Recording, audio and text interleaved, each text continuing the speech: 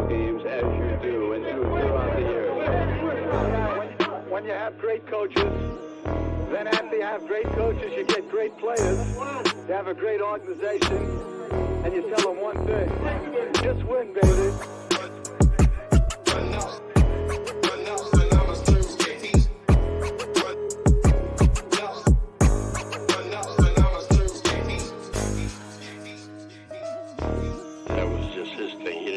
Marketing come up with that for him. Those were his phrases that he came up with, that he believed in.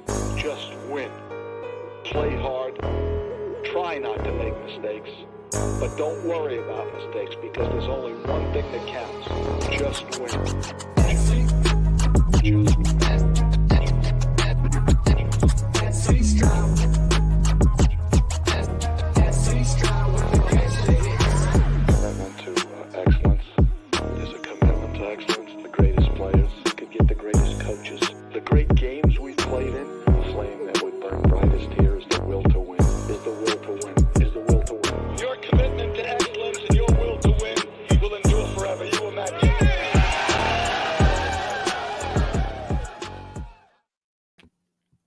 Yo, welcome to another episode of the 2 for 1 Nation podcast. I'm one of your hosts, SC Raider Talk, aka boy SC or Eric, and on my got it wrong this time. This side, my boy here, man, my co-host, the other half of the 2 for 1 Nation podcast, man, ready to break all things down, scouting combine. My brother, Raider Twuan in the building. What's good, Twuan? Hey, what's going on? Y'all know what it is. 2 for 1 Nation podcast, two brothers for one nation. And y'all know it's the Raider Nation. Blessings to everybody. And we here. Sorry for a little lateness. That's on my end. But we here. We good. The combine is here. One of my favorites, to be honest. In general. And it's gonna be an interesting day. So far we have the 40-yard dash so far. Obviously I can't show it on screen, which sucks. But I could pull up the stats for you guys so you guys could keep up with it. Let me get it real quick. Here we go. There we go. Yep, perfect. Let me share my screen for you guys real quick.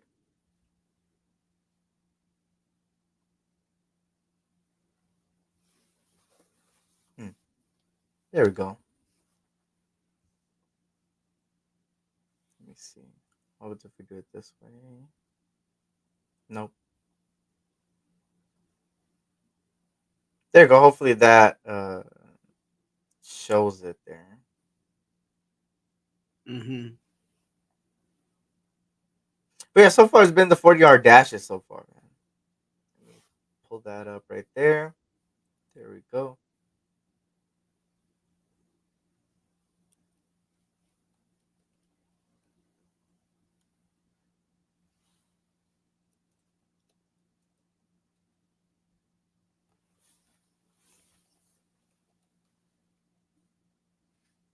Oh, wow.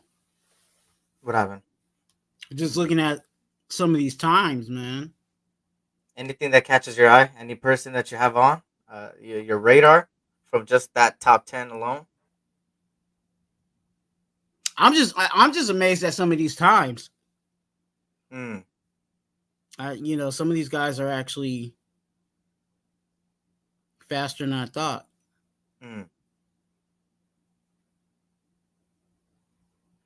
Anyone stick out to you? Byron Murphy the second, I believe he's one of those guys that also said that he would love to play next to Max Crosby. He said that it'll make his job a lot easier. And that's a guy I've been looking at too, alone from Texas.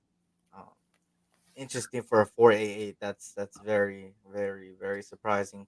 Brandon Dorless, I like the way Oregon played this year. They blew my expectations, to be honest. Their defense was pretty well. But obviously the spotlight is on Bo Nix. Besides that,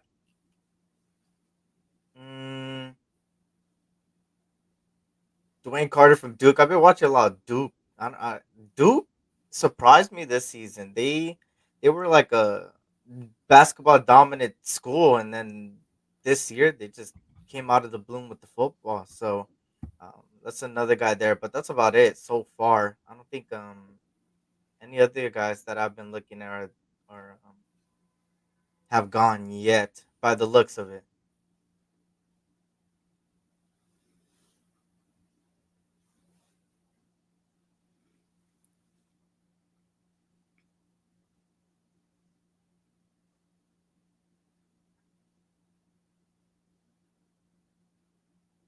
Let me say what's up to the chat real quick. Shout out to Robert Penn in the building. My 2 cents was good. Kevin Lurker, salute, salute. Anthony Provincial, allies on all eyes on G was good. Good to see everybody, man. Hope all is well that's here so far. And as people come by, man, hey, welcome, welcome, welcome. You feel me? We're gonna be live for this whole combine, pretty much. Um, for me, live today, live tomorrow. I believe tomorrow. And then Saturday, I gotta actually see Saturday because it's pretty. I gotta think. I think I'm gonna go live regardless on Saturday. I just don't know yet for me if it's gonna be live during the combine or right after it finishes. Depending on if I got something going on, I still gotta figure that out. And then Sunday obviously is the last day. So I think it used to be 3 days last season. I think it's now four. So it's pretty Yeah. interesting. Shout out to Vic Sacramento. What's good? Good to see you. Hope all is well. Mhm. So any defensive linemen you have on on your list today? Like anything you've been looking at from the draft? Anybody that has caught your eye throughout the draft process so far? I like Devondre Sweat. You know what I'm saying? And that's a D tackle. Okay. Um, you know, Mm, very big physical D tackle, someone that can really push the line.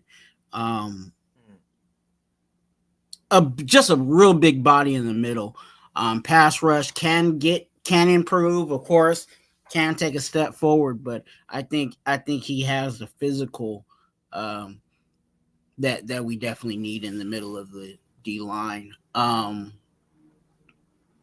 Byron Murphy always, I believe he's on the top of the draft, in regards to pass rushers. Um, we'll see if that's something we could fadangle. You yeah. know what I'm saying? Maybe, possibly not. I don't even think that's gonna happen. I'm gonna say let's hope that he slides to the second round, and I don't think that's gonna be the case. I think he's definitely gonna be a first round Mm, um pick. Tavondre Sweat. I think it depends um how things go. I think that you can actually get him in the second round. yeah. So that might be someone to look at second round wise, even though I think that I wouldn't be surprised if he got taken in the first round.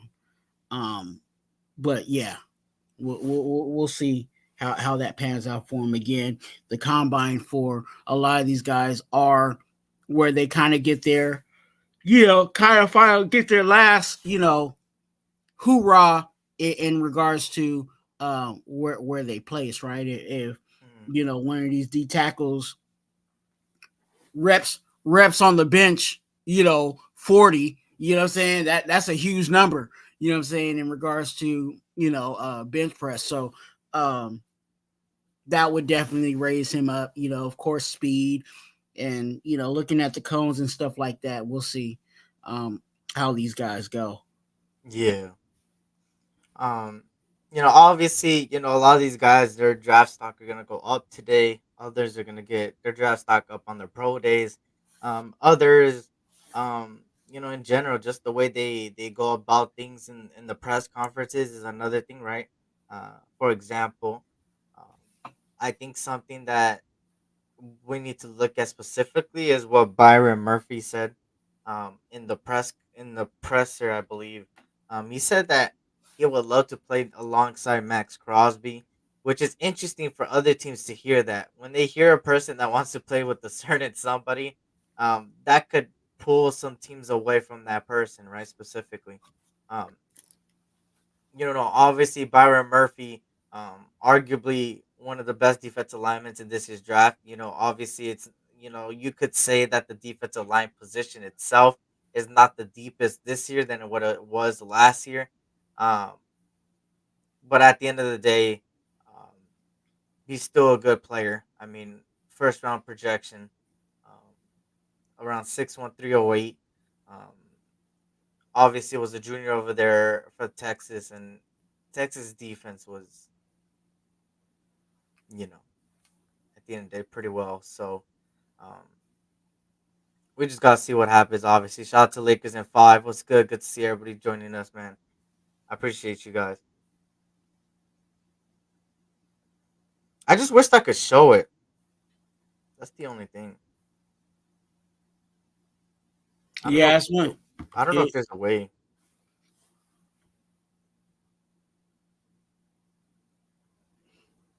unless we want to risk it for the biscuit. That would be. I mean, I could. Let me see if I could. Let me see. I think there is a way. I seen somebody do it. I forgot how he did it though.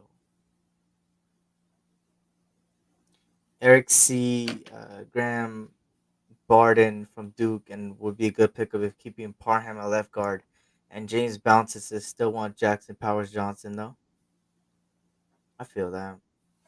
I mean, I'm really interested to see what they do at the offensive line position. At the end of the day, Yeah, I'm really interested to see what yeah. they're gonna do there.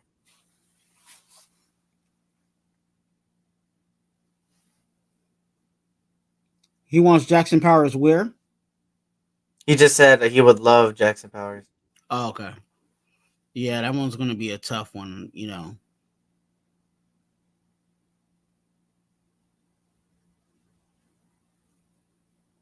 Da-da-da.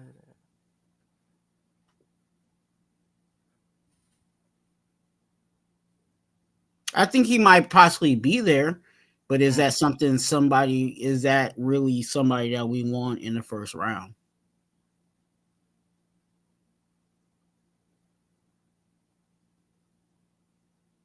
So I think that's another name that's possibly that has the possibilities of actually being taken in the first round. I don't think he'll I don't think he'll live in the second round.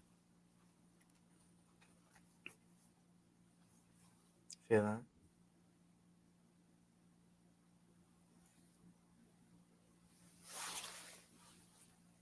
Mhm.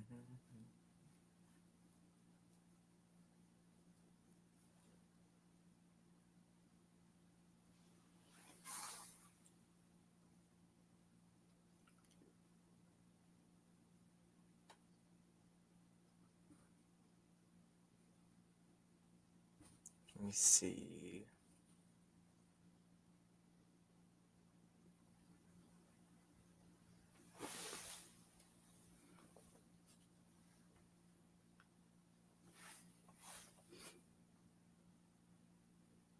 Jim Harbaugh's there. They're showing Jim Harbaugh on the screen right now. Man, I wish I could show it. McDermott ignored the O line and showed big time shout out O line. Stout O line equals playoffs, and that's a fact. Makes sense. I think this year they understand what they have to head to. I think they understand what they have to go to. But we gotta see what happens. Shout out to Raider Paul in the building. What's good? At Capitan Rafucho. What's good? Good to see you. Salute, salute.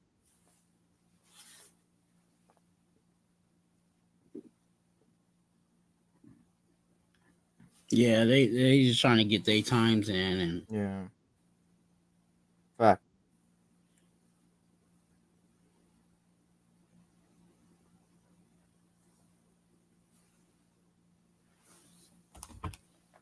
Let me actually see if anybody else is showing it. If they are, then I could possibly.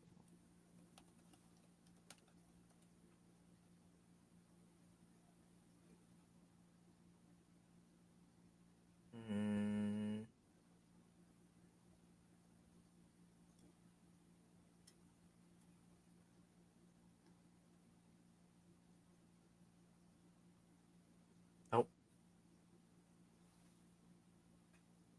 But what I can do is fix this up real quick. Give me a second. Put us here.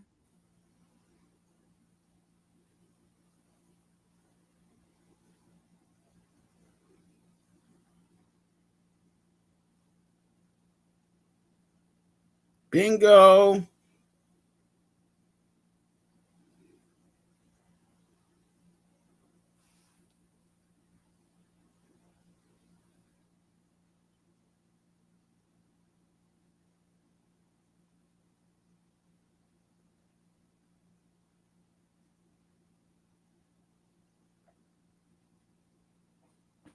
Shout out to EJ Raider. What's good, EJ? Good to see you. Hope all is well.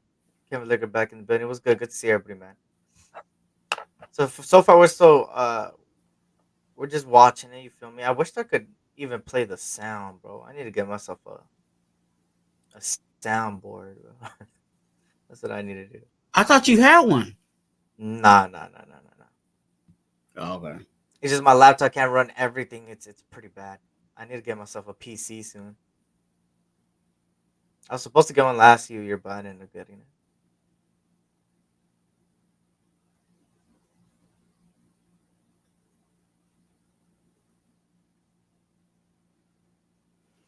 Anything big missed or important info?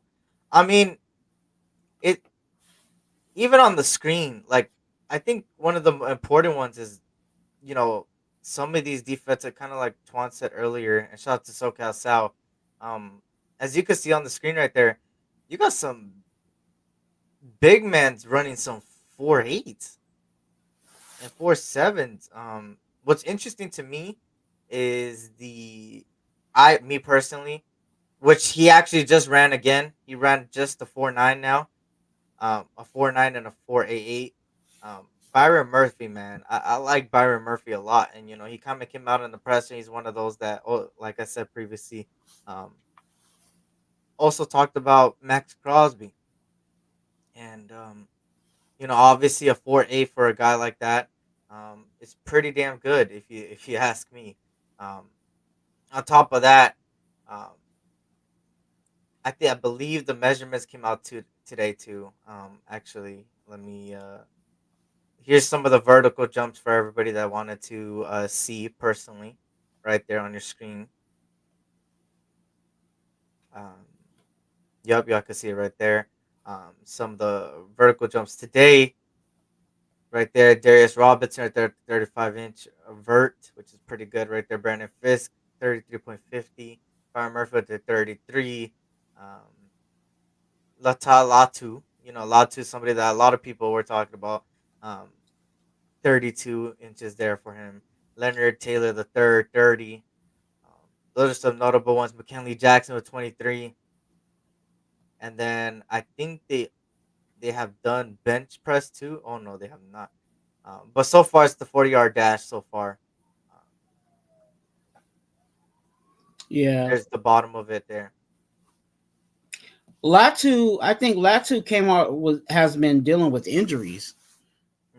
Mm. So it definitely is good to see him out there doing his thing, what I'm saying, and showing that, hey, I can get it done. Yeah. I'm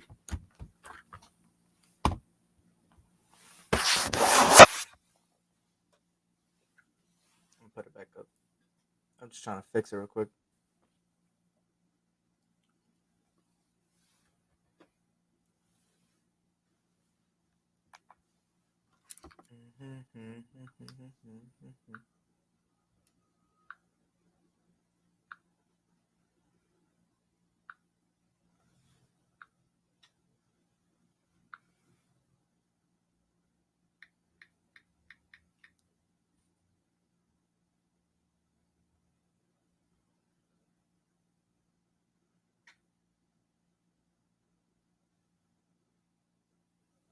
It's good chances. Is today day one? Yes, today is day one, Faith. Today is day one. Today's day one. So far, defensive linemen are up um, for me.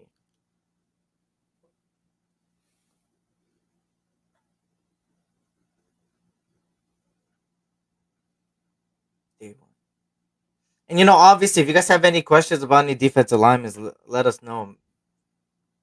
Yeah, Let us know, and we'll answer. You feel me? Because I just love the draft, man. That's one of my exciting, I guess you could say, off season things. I mean, at the end of the day, that and free agency are two of the biggest things in the off season. At the end of the day, and for me, the draft has always been one that since I started YouTube, it's been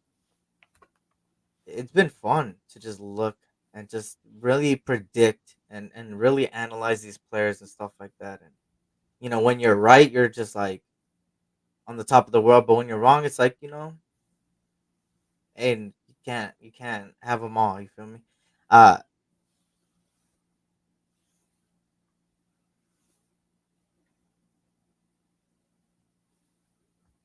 it's Chris Jenkins. Well, yeah, as you guys can see right there, let me scroll to him for you guys to see it visually as well. Right there on your screen, Chris Jenkins with the 491 there. Chris Y'all see it right there. Jenkins. I see it right there. 491. The boy from and I know why y'all asking that boy from Michigan 6299 um guy. Um Obviously, with Jenkins, he's not a first rounder, but he'll be there in the later rounds, right? Second, third, fourth, fifth. Um but he's right there. So far Jenkins has ran the 40, as you guys can see right there. I don't think he has ran the second time yet. But a 491 there is pretty well for him. Um obviously the boy from Michigan won, obviously the national championship, winner already. Um, you know, Yeah, we definitely need to. I think a lot of us are so fixated on the first round that we fail to forget that, hey, there's a second and third round too, and we need to make sure that we can get some guys even there at value. You know what I'm saying? Some of these guys, as much as we may say they may go in the first round, some of these guys may not go in the first round. You know what I'm saying? Some of the guys that we thought would go in the first round. So that's when you try to snag them in the second round. You know what I'm saying? Because that means you're getting almost like what we did last year with Michael Mayer. You know what I'm saying? Everybody was saying that Michael Mayer was, projected to be a first round pick. Well, we got him. We got him after the first round. You know what I'm saying? So, um, that's what I'm kind of looking at. Is like, which one of these guys can we get? In the second and third rounds. You know what I'm saying? My boy's on the screen right now. It's Devondre Sweat. But um, what can we get in the second and third rounds? facts. And I see somebody there talk about Tavondre Sweat. Yeah, 5'27" for a 366-pounder is pretty well. Um, and back to Jenkins, because I see right there. Yeah, he's my Michigan boy, but also I would rather wait a little later. And Chris Jenkins was a monster for us, definitely a captain of the Michigan defense. And yeah, he's got it all right. Upper body strength. He's pretty good with the swim moves. Um, he's pretty well on tackling. Great at holding the gaps at the end of the day. Um, but something I was looking at him that kind of knocks him out the first round and second round. Um, Maybe late second. Um, you guys let me know where you guys would project him. Me personally, I think you would say maybe second, third, mid second, late second, early third would probably be my projection from him. Um, sometimes on the double team, he's not like one of those that how do I say it? Um, he's not one of those that can easily get off of them pretty easily when he's double team. But can he hold that double team so everybody else could eat? Yeah. He's a complimentary pick, a complimentary player. Um, and I mean, there's nothing really wrong with the guy. The guy has what do you need in a defensive lineman, right? A guy with different types of pass rush moves, right? A experienced guy, right? And he's already experienced in the field of playoffs and the atmosphere of those things. And he's got some things that he could easily fix on, right? like I said, with the right coaching, every single player could work well. It's just they have to be in the right system at the end of the day. Um, so yeah, probably wouldn't take him where we draft in the second. There will be a better talent. That's a fact. That's a fact. I have him late second, early third. So we got about the same way. They need to add a mile run to the combine. What does everybody think about that? A mile run in the combine? I mean, that would test how much energy you got. I mean, that is one. But I think half a mile would be better just to see how they run it. Not how fast they'll run it, but just to see their energy, how much they have in the tank. Because you always have those questions about. There's those players that have like, how do I say, those questions where can this guy go from first to fourth down? Can this guy run all three downs? Can he play majority of the time? And that was a main concern for somebody like Jalen Carter, for instance, right? A lot of his knocks was like his energy. Would he be able to play more than three downs? Would he be able to go out there and put some energy? And so far for the Eagles, he's been doing pretty well at that. Extending that, right? And obviously when it comes down to the energy, right? When it comes down to the energy, when it comes down to filling up the tank, you feel me? In that slogan, at the end of the day, it's easy. It's easy attainable, and what I mean, obviously, is that um, when it comes down to it, doing cardio will boost up your energy alone. So all these players, if some lack energy and some lack, uh, gas in the tank, obviously one way is to just continue to work on your cardio, and uh, it'll build the stamina up at the end of the day. And Roman Trejo was good, was good. Where y'all watching the combat? Can you send a link? Well, it's NFL Plus, so for me it's NFL Plus. So I think uh you have to obviously pay for it. I think it's six. I got the 6.99, but it's NFL Plus, so there's that. I also know. I think Dofu Sports might have it. I'm not a Yeah. 100%. Oh, there you go. Dofu Sports. DOFU. Uh, SPORTS. Just like that. Dofu Sports. You look it up. And it's fine. I think there's also an app. There's also an app. I forgot what it's called. That's a way you could use it too. Dofu Sports. Dofu Sports. So if you're on Dofu, what you want to do is because I actually checked that out. If you go to Dofu, um, and you're on your like iPad or if you're on your phone, it on the mobile app, what you do is you click on NFL. Mm, What you're going to see the Niners and Chiefs game up there because that's what they show. And then what you want to click is the tab that says NFL Network. And when you click onto that, it'll take you through, take you through there, and then that's how you'll be able to get to the combine. mm.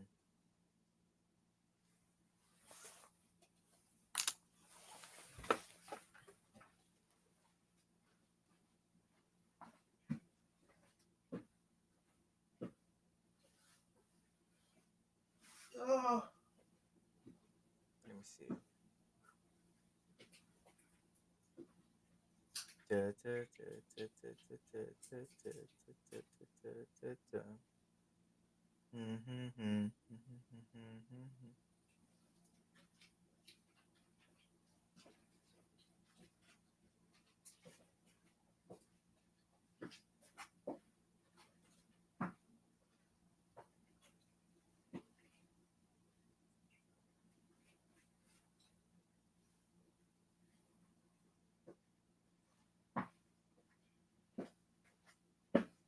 Let me see. Thanks, bro. Of course, of course. Shout out to Chad Schrader. Was good. So what you want round one, Eric? Haven't kept up much with YouTube since I look up learning fishing. I took up learning fishing. I feel that, man. Obviously, um, it's very difficult, right? For me, right? Everybody got their opinions, right? Some want a quarterback, some would go a different route. I seen some crazier things that trade Devontae Adams to go get Roma Dunze and stuff like that. Obviously, I for me personally, I really want a quarterback. In my opinion, I really want a quarterback. In my opinion, just because for me, AOC is one of those guys that I think he would be a good.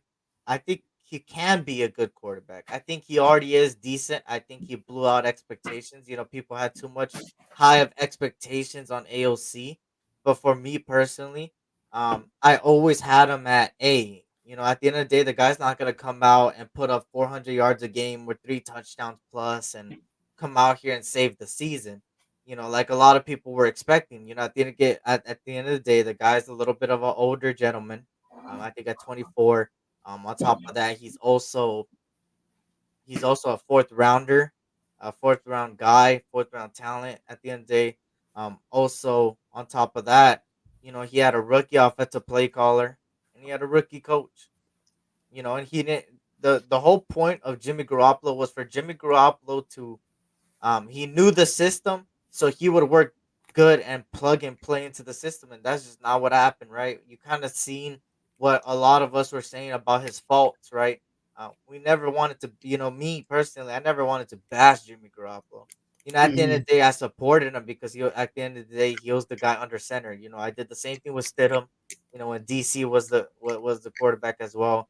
No matter who's under center, I always supported who was there. So when it came down to Jimmy Garoppolo, supported him, but I knew what he was about. A lot of people disagreed at the end of the day because everybody tends to look at that winning and loss record, and to me, I think that could be one of the most overrated stats, in my opinion.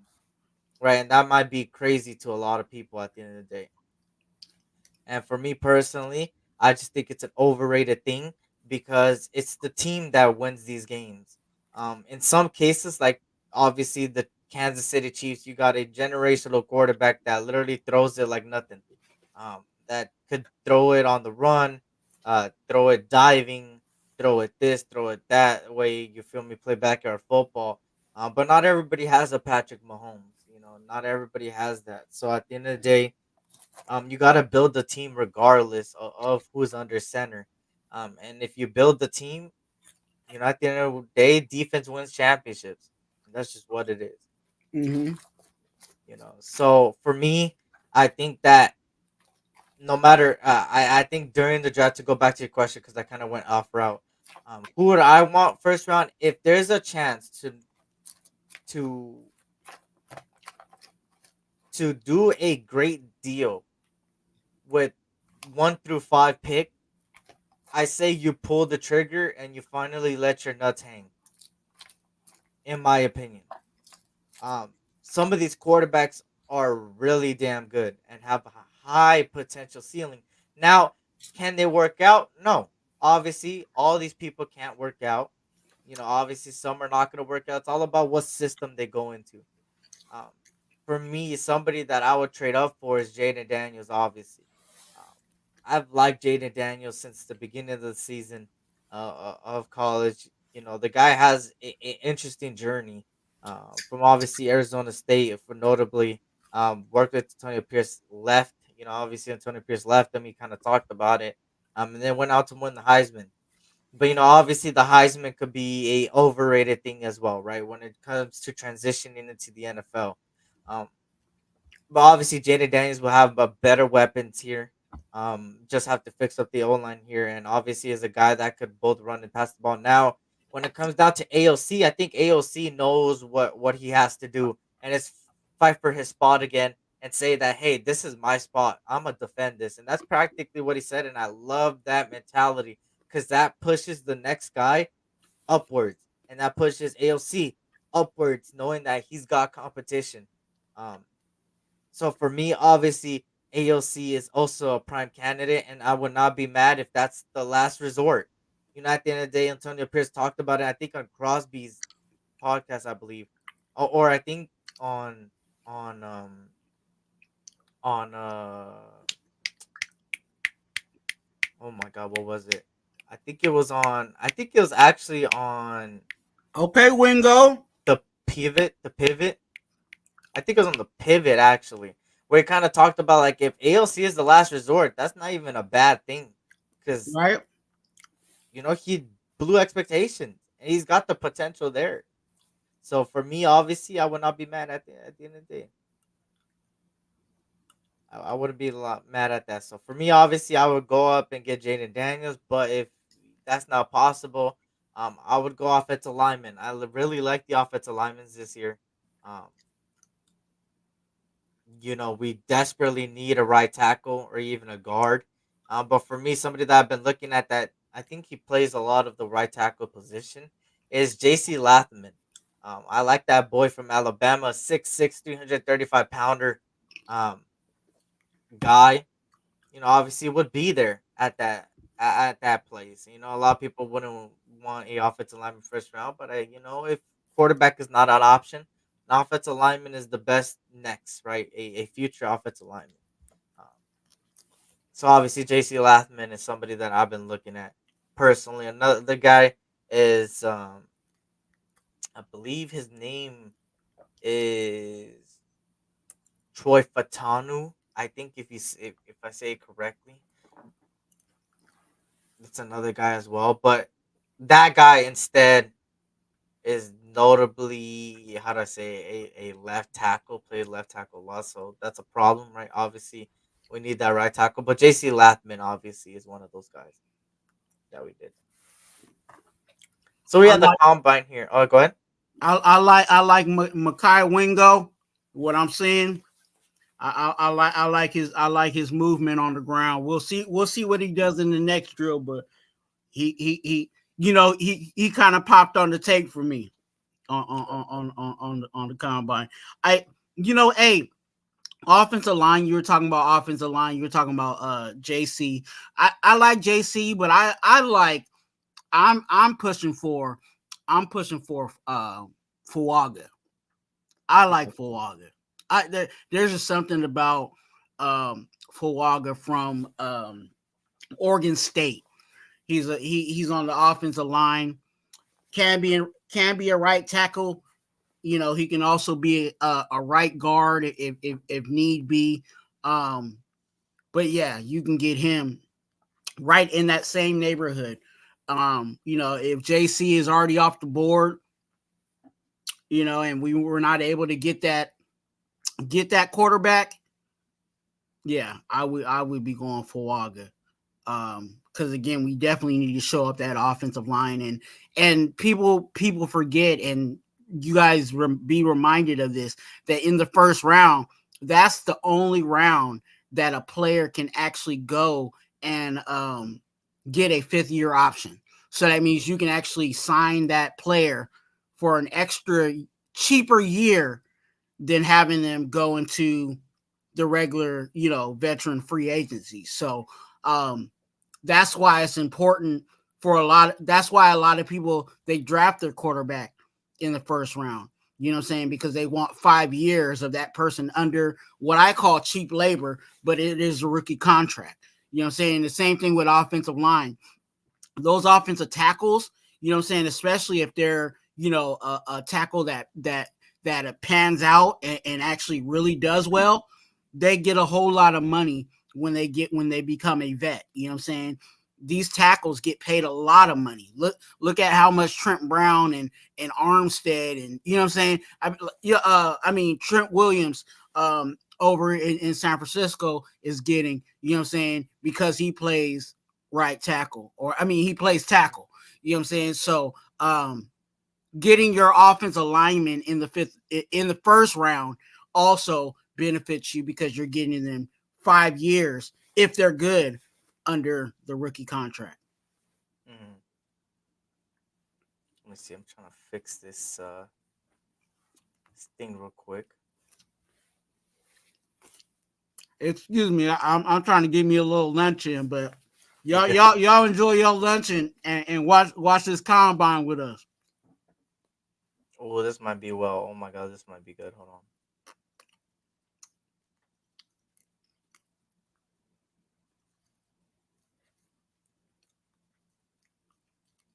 Logan Lee, I don't like your footwork, and you wasn't even doing the drill. You was kind of suspect. I'm out to pause on how you ran out there though.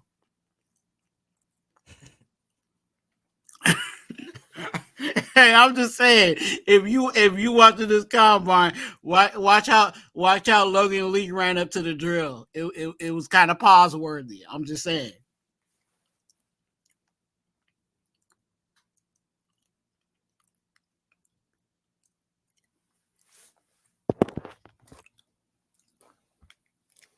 Somebody should have told Logan Lee to pause before he did the drill.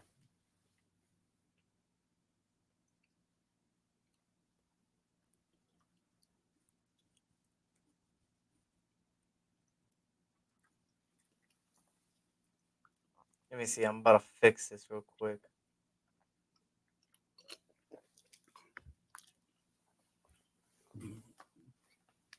Why can't I save it? Hold on.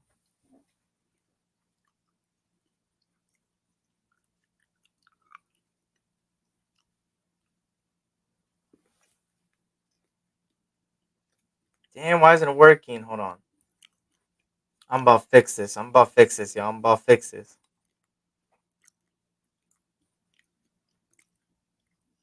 I'm about to fix this. I'm about to fix this. Give me a second. I'm gonna put it like that. Let me fix this real quick. Okay, big boy. Why isn't it not fixing? Okay, late round. We can get Justin Rogers from Auburn. Late round.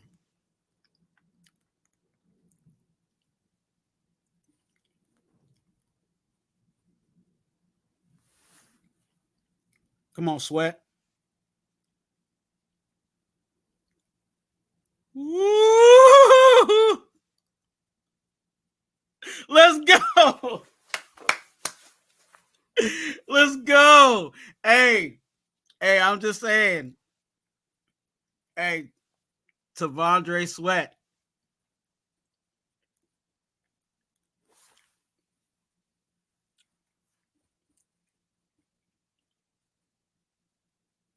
What's the name of this? I forgot what the name of this drill is.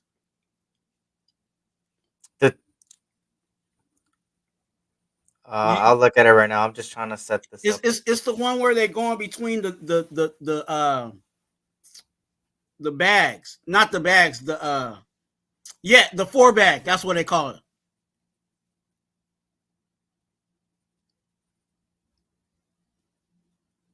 Oh no, that wasn't the 4 bag. That was but it's when they do when they lay on the ground and they get up and then they go through it. Mm-hmm. Or it might be called 4 bag. Because they're showing it right now.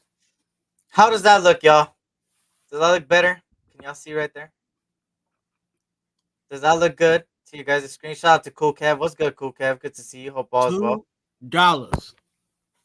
What's good? Yes, it's the 4 bag drill.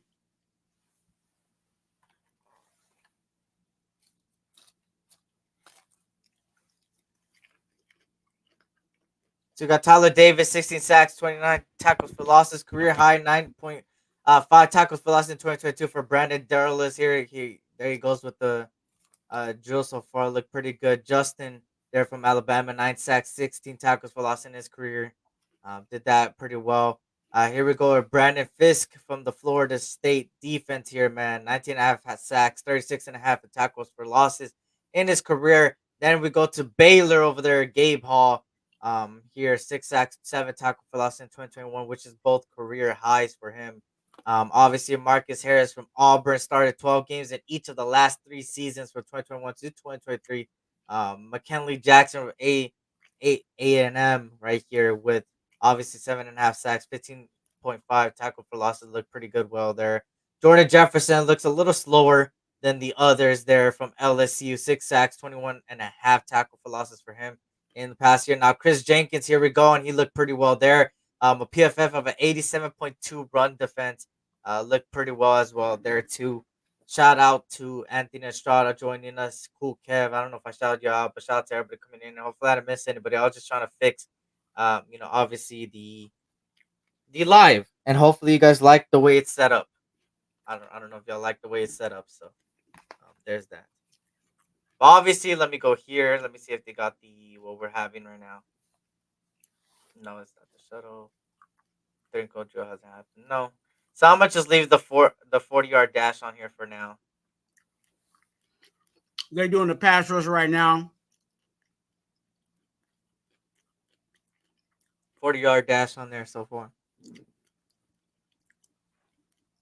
Okay, Jordan Jefferson from LSU.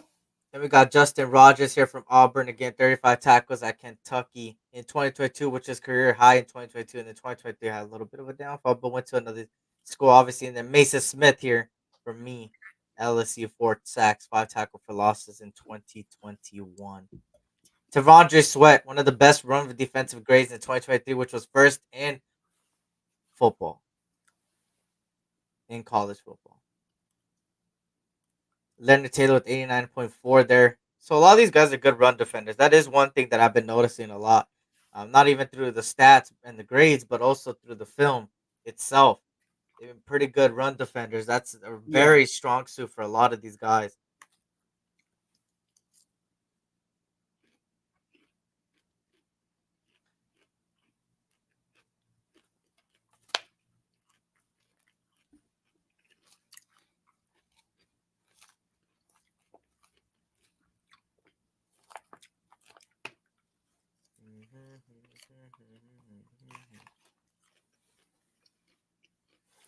Make sure to hit that like button. Facts, facts, facts.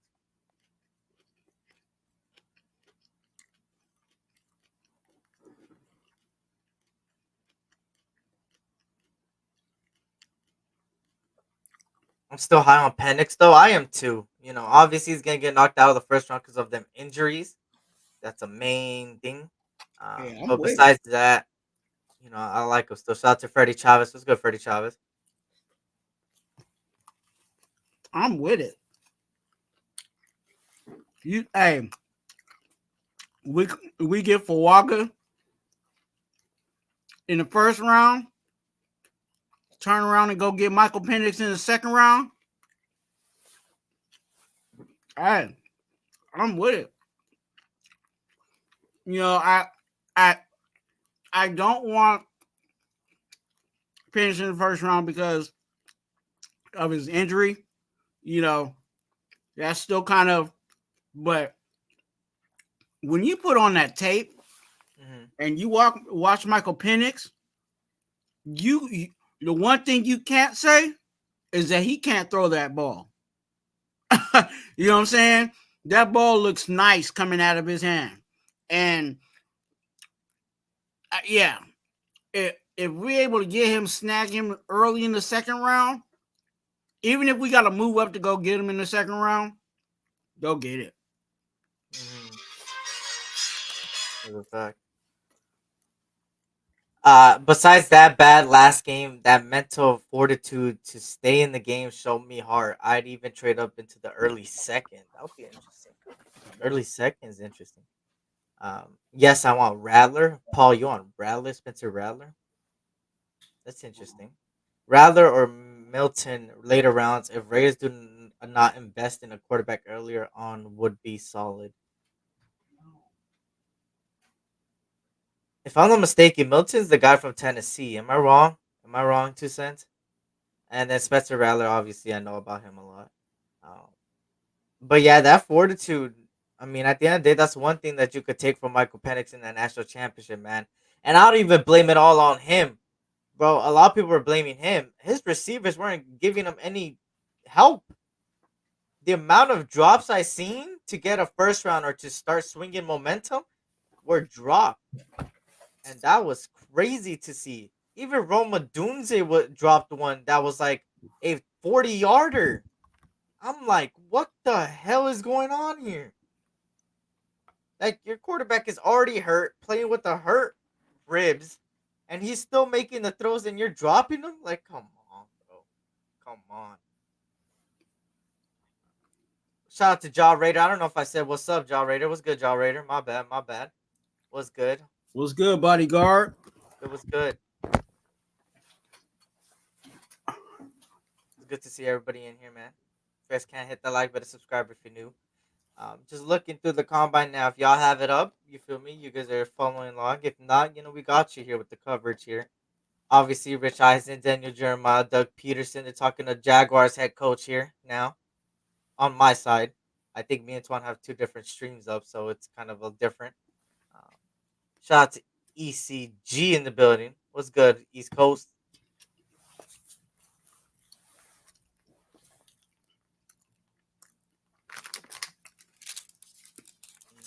Yes, sir. I really need to get a soundboard or something, bro, so you guys could hear it live as well, man. I hate that. Penix had my all year as I'm in Pac-12 count country, but during Natty, Penix flat out missed huge open plays throughout the game. I mean, like I said, for me personally, it wasn't all on him, but it was also on him, if that makes sense, right? Um, he didn't look too sharp there. But we gotta obviously see how these scouting departments, the NFL organizations, kind of look at the at Penix, right? Because Penix is an interesting prospect at the end of the day. Um, I liked them a lot, and then played the national championship, and just that injury, just injuries in general, have been a concern with him, and that's something that for me as a Raider, I don't want a guy that has a really high injury history, if that makes sense. Shout out to ECG. He says, I'll be there tomorrow at the combine. That's lit. That's lit, man. That's lit. Have Nice. fun, man. Have fun. Have fun. You feel me?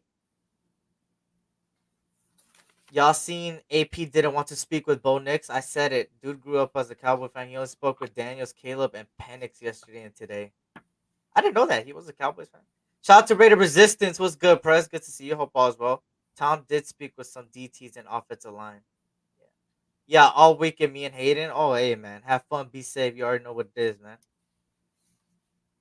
That's lit, though. That's lit. Here we go with Gabe Hall. You feel me?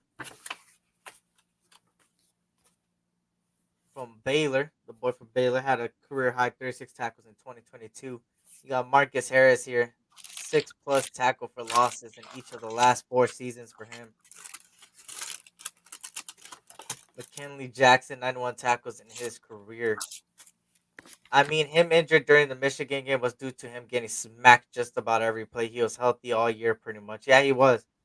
He got smacked. I think before that, he tore his ACL, if I'm not mistaken. That was the concern beforehand. But I think that was in high school, if I'm not mistaken. I'm not 100% on that. I got it different. You definitely need a soundboard for more play-by-plays, but the combine, I'd rather hear you and Twan's amazing voice. Yo, I don't know if that's pause or I appreciate that. I appreciate that. Over those extremely boring combine commentators. I mean, I appreciate that. I appreciate the pause. And the shoulder at Indiana. There you go. Fabian Lovett Sr., 2-time All ACC honorable mention for him. I need to look at tape at him. Who? What happened? Who was that? The boy from Florida State. Because the only person that I've been looking at from Florida State was what's his name? Jared Verse, I believe that's his name. If I'm not mistaken, the edge rusher there, and then I believe who's the second guy? I gotta remember. And then Braden Fisk, my bad. Braden was the defensive lineman. So I was looking at the edge rusher and the defensive lineman for Florida State. I haven't fully looked at the later rounds, like as far as Fabian Lovett, somebody like that. I haven't looked at yet. And then obviously there's some other notable names out there that I still need to go look Fabian at. Lovett just went through for me. Yep. Mason Smith is on my screen right now. Yeah, Byron Murphy's going first round. I'm saying that. You know what I'm saying? And he's already penciled in as first round. But what I'm seeing right here, yeah, he's definitely going in the first round. His spin move is tight. He's ferocious on you know what I'm saying, getting off of the bag. Yeah. Yeah. Talking about Byron Murphy, huh? Yeah. Byron Murphy. I mean, today's his chance to go up there, right? Obviously, for me, I have two. Actually, I don't think I have. I think I have one defensive lineman over him right now, as far as interior defensive lineman, because then you have the mixture of defensive linemen, edge rushers, the guys that could play outside, inside, um, and that's a lot of notable names out there, right? Obviously, there's different people out there. Like for instance, Darius Robinson, a guy that you could put inside, outside, the boy from Missouri. Shout out to everybody at Milk and Beezy joining us. Was good. Good to see everybody in here, man. Yeah, Byron Murphy's probably going to end up being either a big DN or he's, you know what I'm saying, they might slide him in, kind of like be like that 3 tech, you know what I'm saying, pass rush guy. But yeah, there'll be a place for him. I'll say it like that. For a team. Mm-hmm. Well, they're obviously talking to Dougie P, Jaguars head coach there, man. They hold the 17th pick over there. Be awesome that trickle down effect drop Murphy to drop Murphy to top of second. That'd be a guy to trade up for if we had the capital to do so. Me personally, so far, I gotta go look at my draft board because I have it in my Google Doc. Let me see if I can pull it up. I gotta find it. I had it set out. Shout out to Daniel Barry Sports Highlight, man. Shout out to Pyro. What's good, Pyro? Long time no see. What's good? Good to see you. Let me Pyro. see. Take it over real quick, Tone. I gotta handle something real quick. Yeah. Shout out to everybody in the chat. Let me see what y'all got. I'm over here eating lunch. I hope y'all eating lunch. Go ahead and eat something. You know what I'm saying? Eat something while we listening.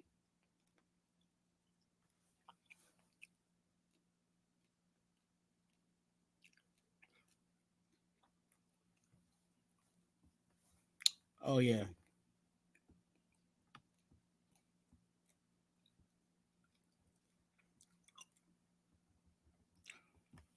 If you're actually looking at the combine, I would say, especially when it comes to these pass rushers, I think for some reason it seems like the spin move doesn't get fully developed until they get into the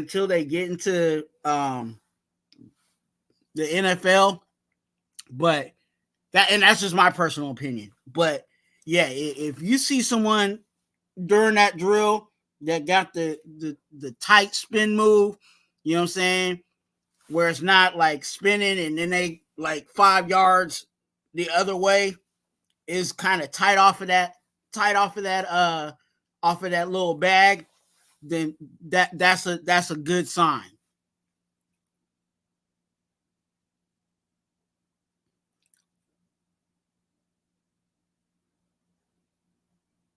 Oh, I like this one. This is the drill where they got the big old hula hoop and then they going around it. This shows their bend. You know what I'm saying? How much can they bend around that corner without falling? You know what I'm saying? Because we see that all the time. Some people they bend too much and then they wipe out, right? How balanced can they be going around those cones? And of course, I mean, not around the cone, but around the hula hoop, but in speed. You know what I'm saying? All of that's coming in. So speed, balance, control, and focus, because they actually have to pick up the that's the other thing. They got to pick up the that little white thing. It looked like a towel to me, but it looked like a white piece of paper, like a let me see. What is it? Yeah, it looked like a roll of towels, or like like back in the day, you like the some people don't know about it, but the newspaper used to be rolled up like that. See a guy, Gabe Hall from Baylor. He had to do the drill over again because he messed up.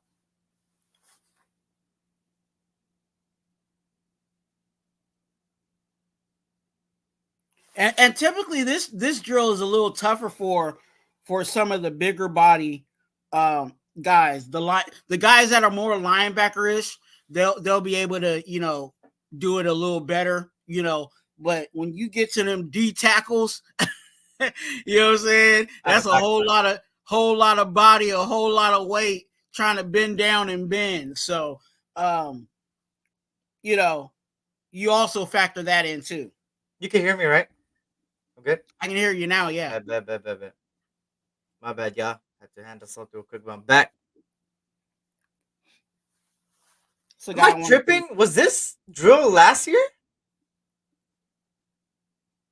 Yeah, they had it last year. I swear I didn't remember this one. What the hell?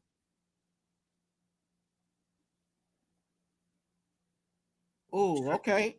Okay, McKinley Jackson. Okay, I see you, dog.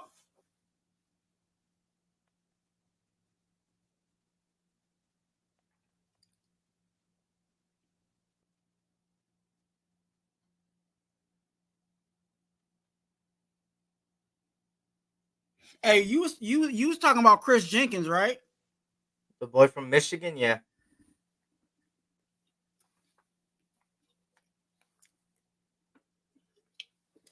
You like him?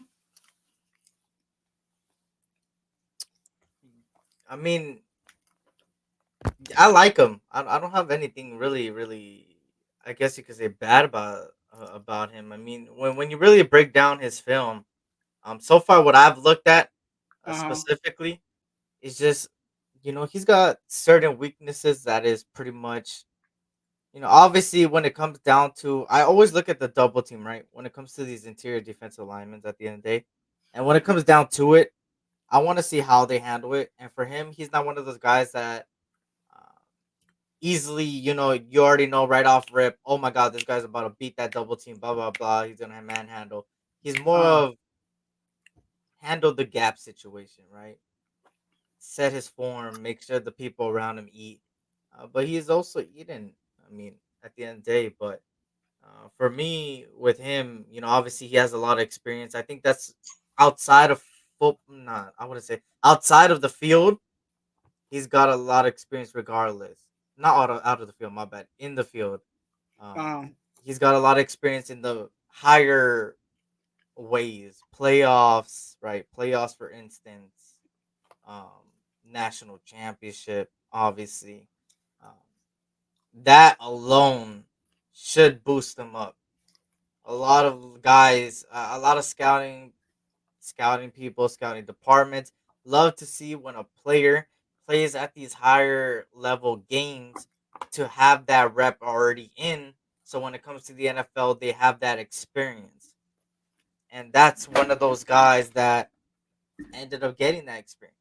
And he won it. And some may say that this was one of the best Michigan teams of all time.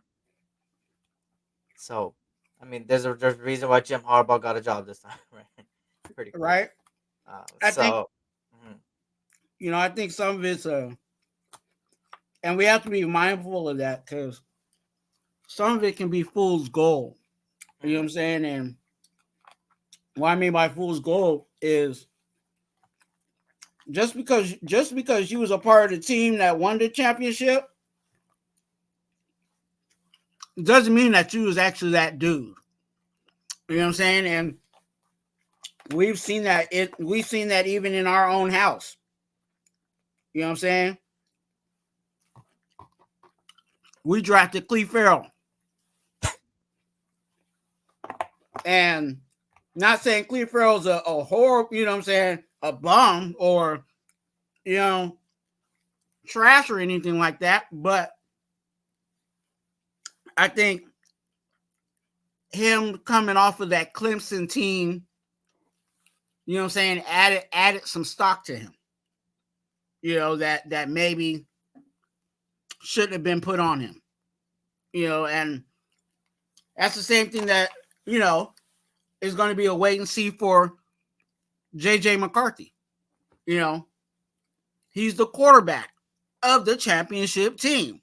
But is he really, the question still remains, is he really that guy? You know what I'm saying? That it seems like, is creeping and crawling his way up the rankings. You know, I think before the championship game, just to prove what I'm saying, before the championship game, when you start to look at these mock drafts, JJ was looked to be in the second round. And then all of a sudden now he's, people talking about he's a second or he's a third or fourth quarterback in this draft. Mm-hmm. So that I think that you get bumped a couple of points just because you won the championship. I would say that in the NFL, real quick, sorry, in the NFL before it slips my mind, Chris Jenkins is most likely going to be put in the edge rusher position. I think that would be his notable position in the NFL. I think that's where a lot of teams will put him. I know he had snaps in the interior, but I think majority of it, um, I think in the NFL level, I think he would be most likely a full edge rusher in many cases. And there's some teams that would put him inside outside. He's a versatile guy, but I think the edge rusher specifically would be him. It's always complicated too, because you know is it a 3-4 team or is it a 4-3 team? And a 3-4 defensive end is different from a 4-3 defensive end. There's certain physical things that you could say, okay, in a 3-4 DN, is this size. You know what I'm saying? 4-3 is a little different. So yeah, it depends on what team he goes to and what they're running. Is it a 3-4 or is it a 4-3? Jacobs already getting a deal done. Both are nearing a deal for Jacobs to stay a Raider. Where did you see that? But obviously, I think by just everything, if using context clues, I would think Jacobs gets re-signed. I think he does. Brandon Fisk has been my favorite DT. I looked into him a couple weeks ago. He plays mean and has a strong motor. I feel that.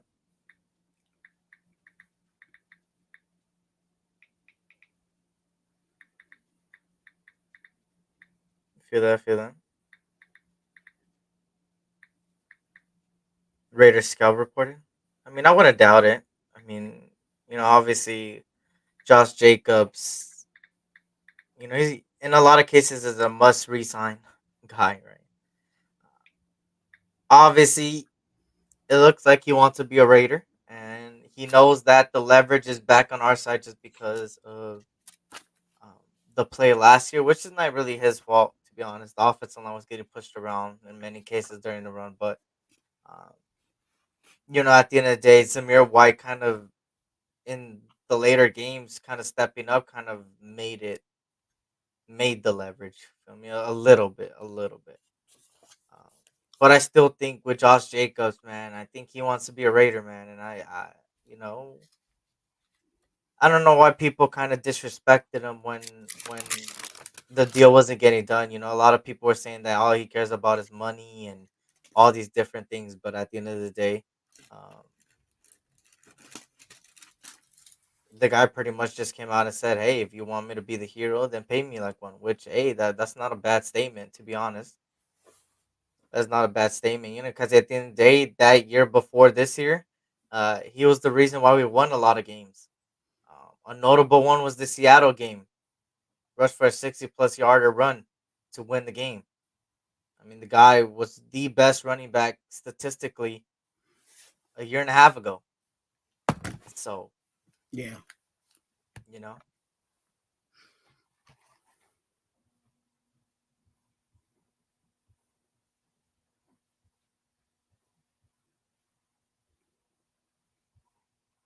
I'm excited about this today in regards to the combine because defensive tackle, you know what I'm saying? Defensive tackle is definitely a huge need for us, but you know, we can upgrade at D. We need that backup for Malcolm Kuntz at DN, you know what I'm saying? And we need to look at linebacker again. You know, I think Amari Burney's nice, but we need somebody that we can really rely on if Spillane or Diablo goes down. So, you know, addressing linebacker is also a need. You know what I'm saying, for us. So it's good to see what the possibilities are in the draft, even though I know free agency is out there. You know what I'm saying? But looking at the possibilities of what we could get, you know, again, you know, and for me, looking at it at who in the 4th and 5th rounds we can get, you know, a linebacker or something like that to help us out. And here we go. They're showing some Max Crosby combine, showing how he transitions into the NFL, how he transitioned into the NFL. Now they're showing. Let me see. They're showing the Florida State defensive lineman himself, Fisk, in there right now. Eddie Fiscal. Braden Fisk there, man. So shout out to Auntie Six, member for 21 months. Have the DTs from Texas ran. Yes, and let me actually, so you can see it physically as well. Give me a second.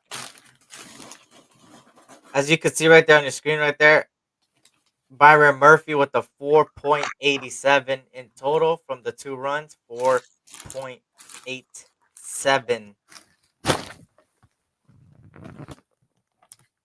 And then Tavondre Sweat with a 5.27 for Tavondre Sweat. And these are official times now, y'all. Official times now. Official time. So they're comparing Braden Fisk's numbers to Geno Atkins. Both 200. One's 292, 293, 6'3". Geno Atkins 6'1". That's interesting.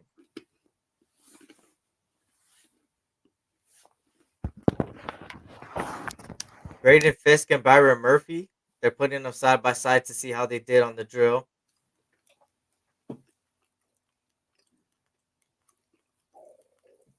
Now the technology they have now is great.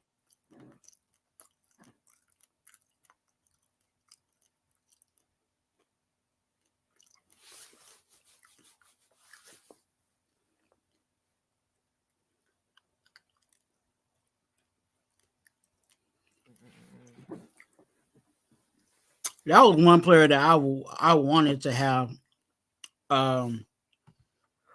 play for us. Cool. Geno Atkins.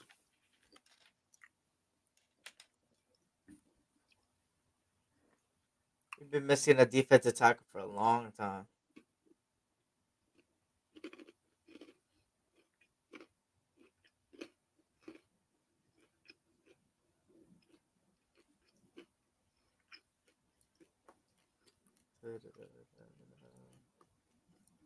Jacobs, shout out to Big Tone. Jacobs played himself. He isn't getting anywhere near what they offered him last year. No, that's a fact. I think it took the risk and it kind of bit him. They all did. You know what I'm saying? I think all the running backs, you know, they bet on themselves and it didn't pan the way that they wanted it to pan out. Even McCaffrey, it didn't pan out the way that he wanted it to pan out because he didn't get the Super Bowl win.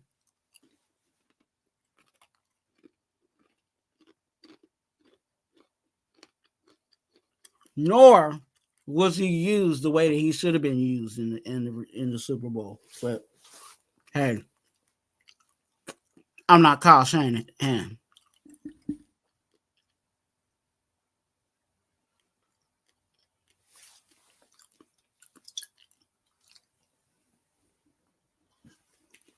Christian McCaffrey was the X factor in the Super Bowl, and all they had to do was just feed him, and they would have won. Right? It sounds dumb, and I know people are like, "No, they don't. They didn't just need that." Yeah, they did.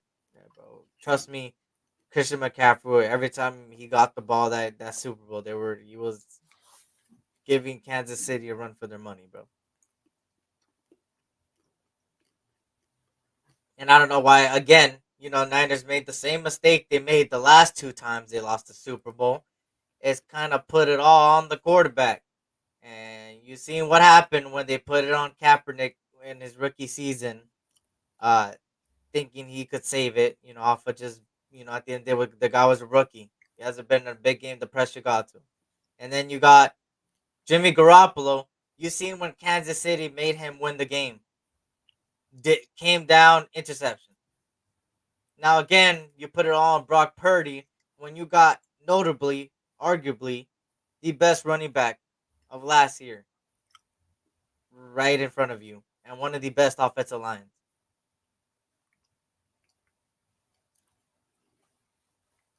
So that's it. They just made the same mistake over and over. That's what happened.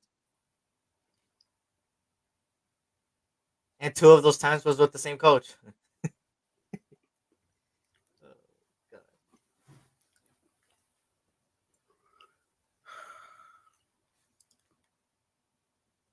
That part.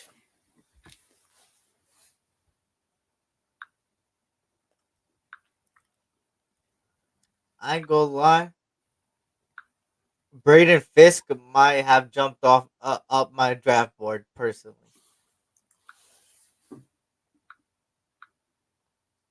Not by a lot, because I don't really take the combine and really drop someone drastically or raise someone drastically. But he has gone up my draft board.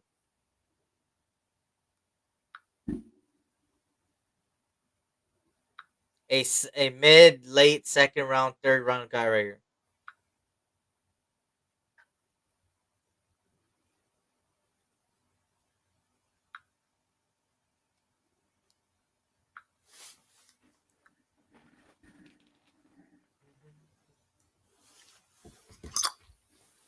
Same coach for Atlanta, Atlanta too. Yeah.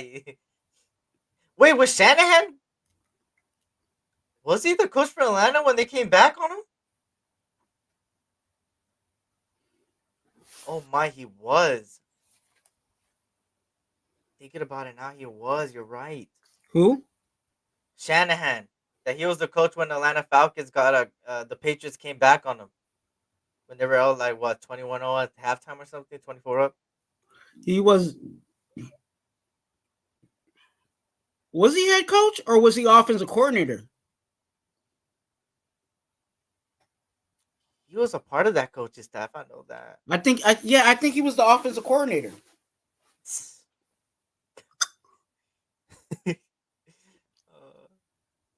Poor guy, man. Poor guy. Against Actually, not poor guy, but- the Brady, right? The Patriots, right? Yeah, when they came back. Uh-huh.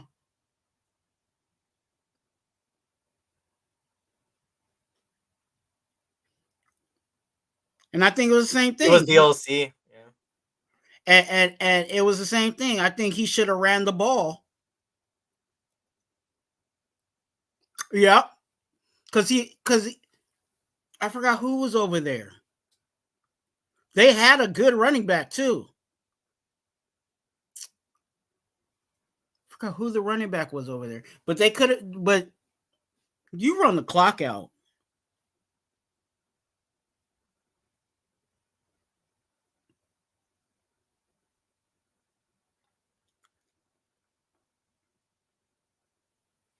Yeah. They had Devontae Freeman. Yeah. And he was running good at that time. He had 11 carries for 75 yards and touchdown. That that Super Bowl.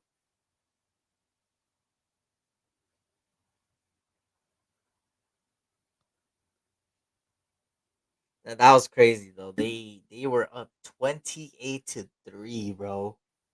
Wait, you said he had 11 carries for what? For 75 yards, I think. So that means he was running almost about 7 yards a carry. Yeah, pretty much. And you didn't give him the ball. You didn't give him the ball more, bro. 28-3. Yeah, go ahead. Go ahead. Even if he was running 5 yards a carry. You know what I'm saying? Give him the ball. But y'all see the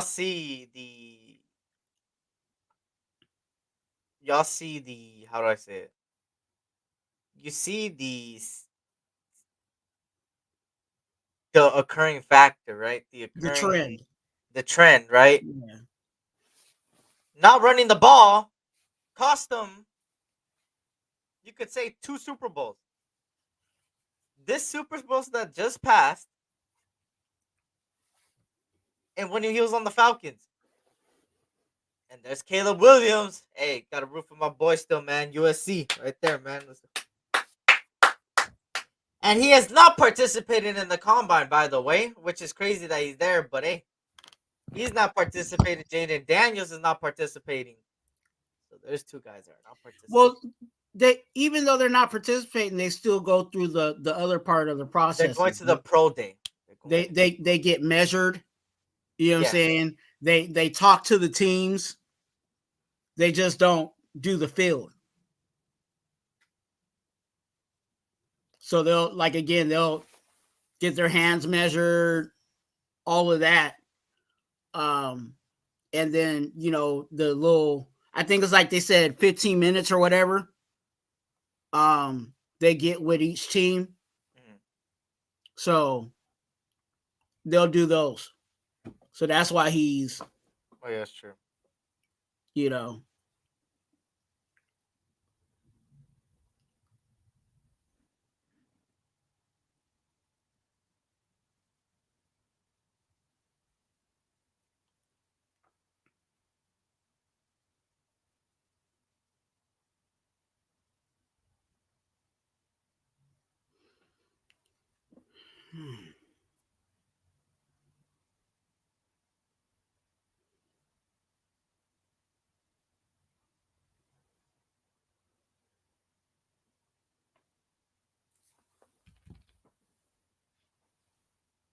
What's your 40-yard dash time, Eric?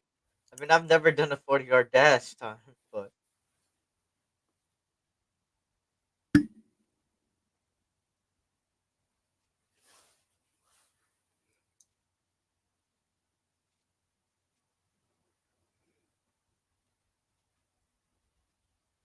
I never timed the 40-yard dash. Hey, that would be fun, man. I would love to do that. You know what I'm saying? You know how Rich Eisen does his? Like, I want to race Rich Eisen.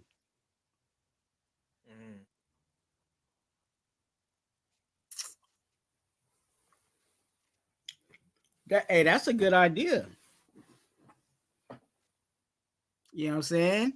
Have Rich Eisen, race people for charity.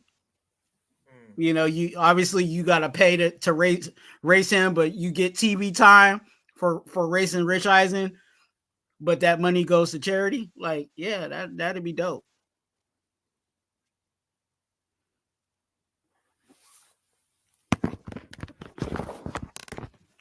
You know what I'm saying?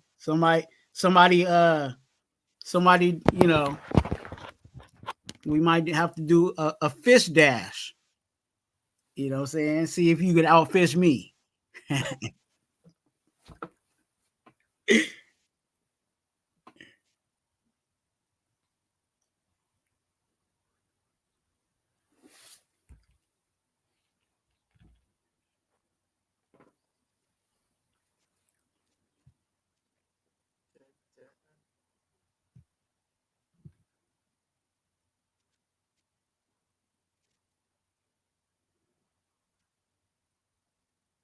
He said Eric only knows DoorDash. I wish. I mean, I do have. The last time I timed anything with running was in high school, and it was a mile run.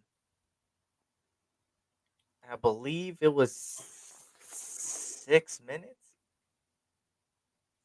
6.5, somewhere around there. I remember it was somebody in the 6 range. So there's I that. never did. I never did good on running the mile. I'm just gonna say it. I was lazy. I was one of those ones like, okay, what is it gonna take for me to pass this class? Oh, okay. I gotta run the mile in 11 minutes.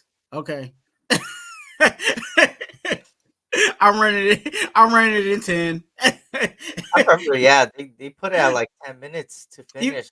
Even though I'm fast, even though I'm faster than that, like I know I'm faster than that, but you're just telling me that's all I gotta do to pass this class. Okay. Easy.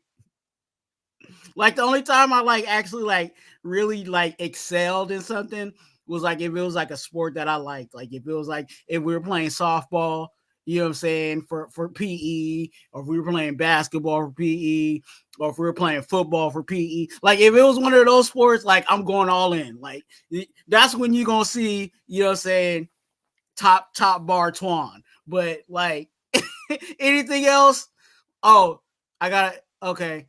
You want me to, how many laps in this pool I got to take? You know what I'm saying? In how many minutes? Okay. 25. Okay. I'm going to do it in about 22. Like I'm not overdoing much. Yeah. At 250 pounds, I ran a mile in 6:37. Oh, there you go. That's a good time, bro. Best mile 5.14, but that was in my Al Bundy days. Yeah, I ran it at 6 because I got fucking, you sometimes get sidetracked. You feel me? When some certain things happen. You feel me? You sometimes get sidetracked. When You you feel see me? something come by, you know what I'm saying? SC, what's your dream scenario for the draft? What is my dream scenario for the draft? Ooh, damn. Ah, I'm not a huge fan of giving up future first round picks, but damn, bro. Hmm.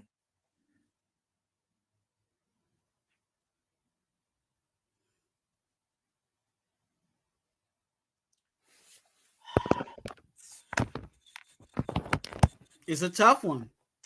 That's so tough, bro. That's actually a good fucking question, Because bro. I feel you, like the whole situation of giving up all those picks, like, and we don't know the exact amount, but we're just, based on history, we know that it is more than 2 first rounders that got to go up. Hmm. I Damn, this is tough.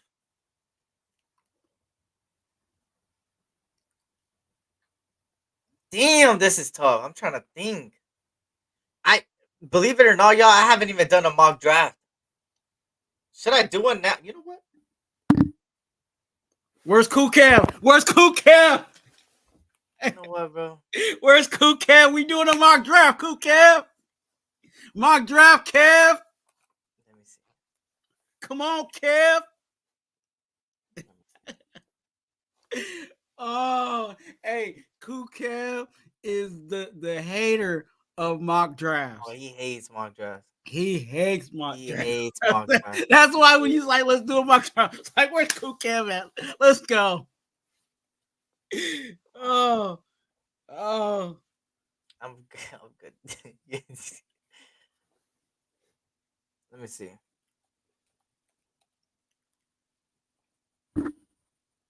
Should I use PFF? I'm gonna use PFF. That's what I'm gonna use. And I'll just go 3 rounds. I'll go 3 rounds. PFF or Yeah, PFN? I'm gonna just do. Should I do all 6 rounds? I don't know. I'm gonna do.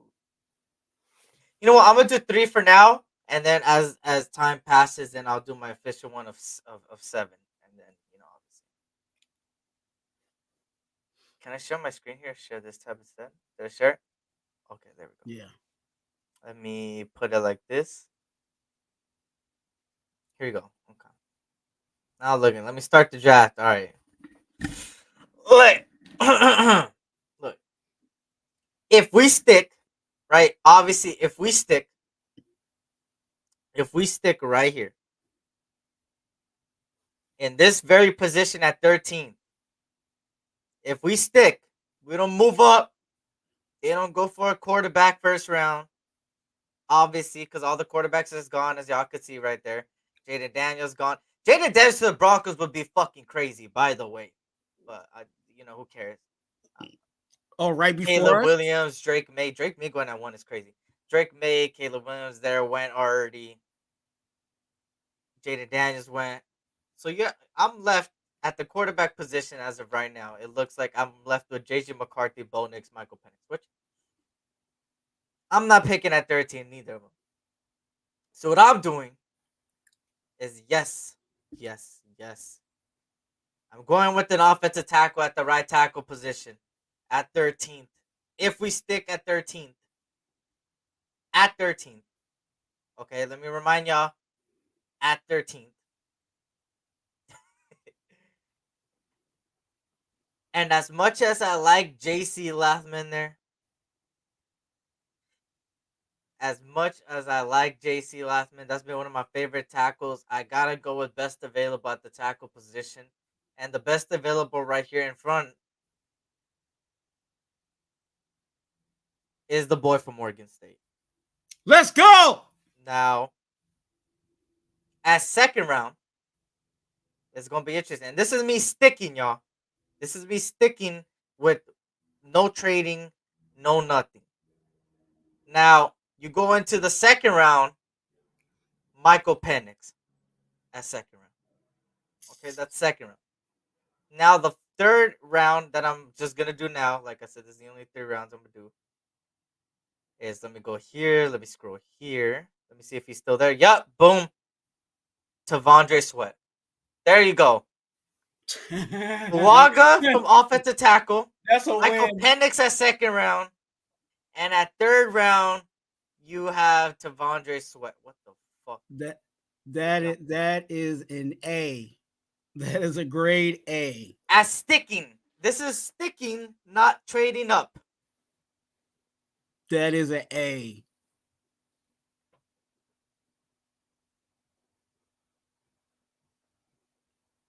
That is like, if that happens, like, golly, I would be like, hey, we're done.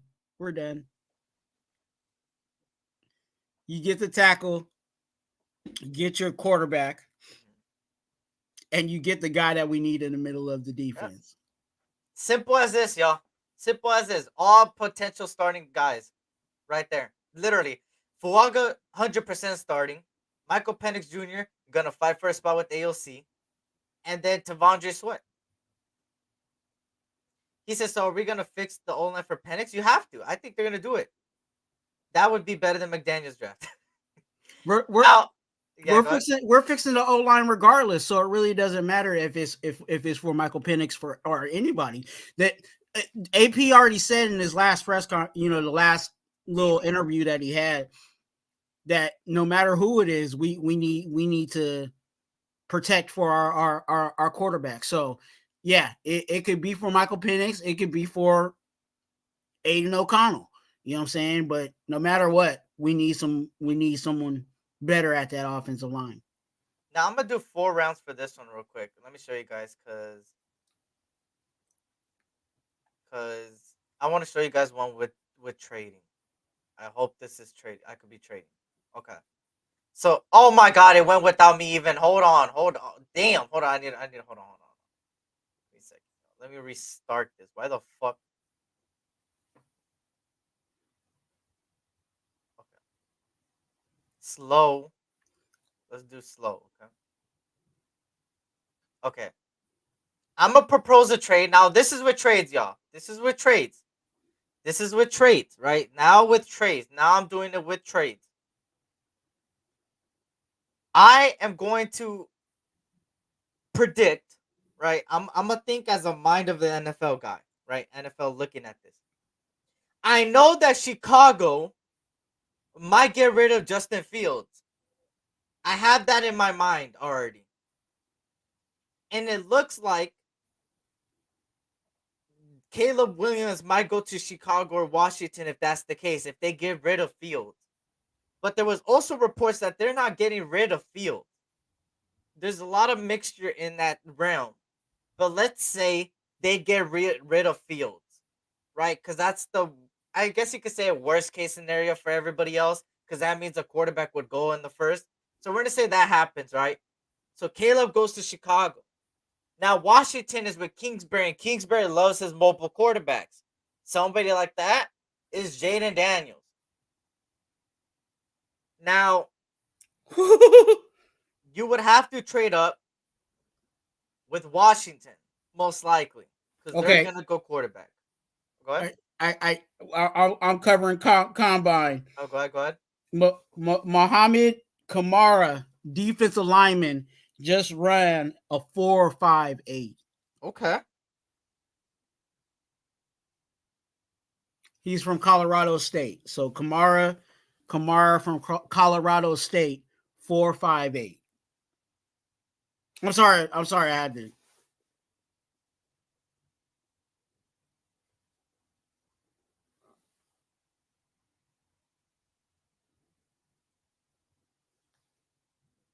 Did you see that? No, because I'm doing the mock draft. That's why. Oh, go ahead. Go ahead. I just had it. So here we go. Let me do the worst case scenario, which is Washington, right? Confirm. Most likely what's going to happen is they're going to ask for a first, they're going to ask for a second, they're going to ask for a first next year, and they're going to ask for like a fifth. That's what's going to happen of next year. For their second. Literally. That's probably what's going to fucking most likely happen. We would have to give up a lot. You have to go 2 first rounders, bro. Believe it or not, we'd have to. And it got fucking rejected. For fuck's sake. Hold on. How much do they want? God damn. See what I'm talking about, y'all? When it comes to this draft shit, they want a lot. They want a lot. They want a lot. And that got rejected too. I just give them like 6 fucking picks. What the hell? They just don't want to trade. Okay. What's up, Gord? Yeah, I ain't gonna lie, it's GG's, y'all. We gotta give up fucking 4 first rounders at this point. Shout out to Gore Peterson, man. Shout out to everybody joining in, man. If you guys can't hit that like button, subscribe if you're new, man. We'll greatly, greatly appreciate it.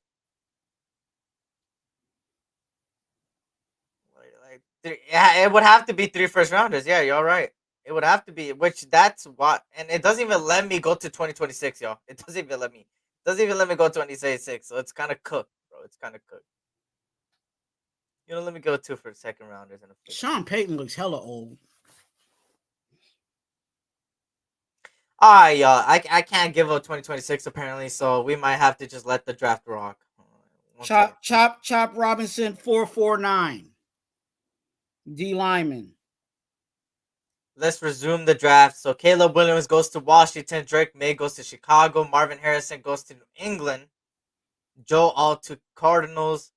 The Chargers get Brock Bowers, which that's realistic actually. Fashanu goes to Giants. Malika Neighbors goes to Tennessee. And Jaden Daniels goes to the Falcons. Dallas Turner to Chicago. J.C. Lathman to the Jets. Latu with Vikings. Cardinals traded up to get Roma Dunze. And then the Houston Texans want to trade and stuff like this. So you know what I'm gonna do? I don't want their second. You know what? Give me their third. And give me their fifth.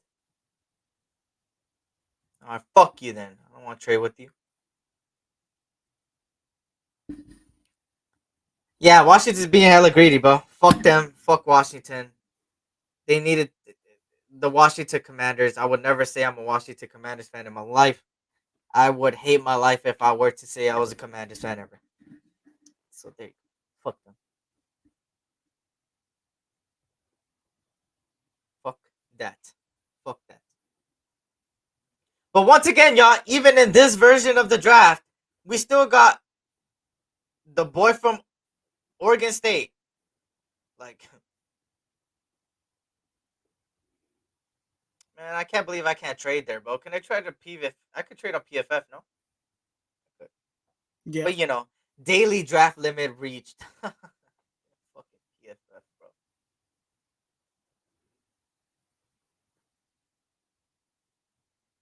that's crazy. One stadium, 3 different teams.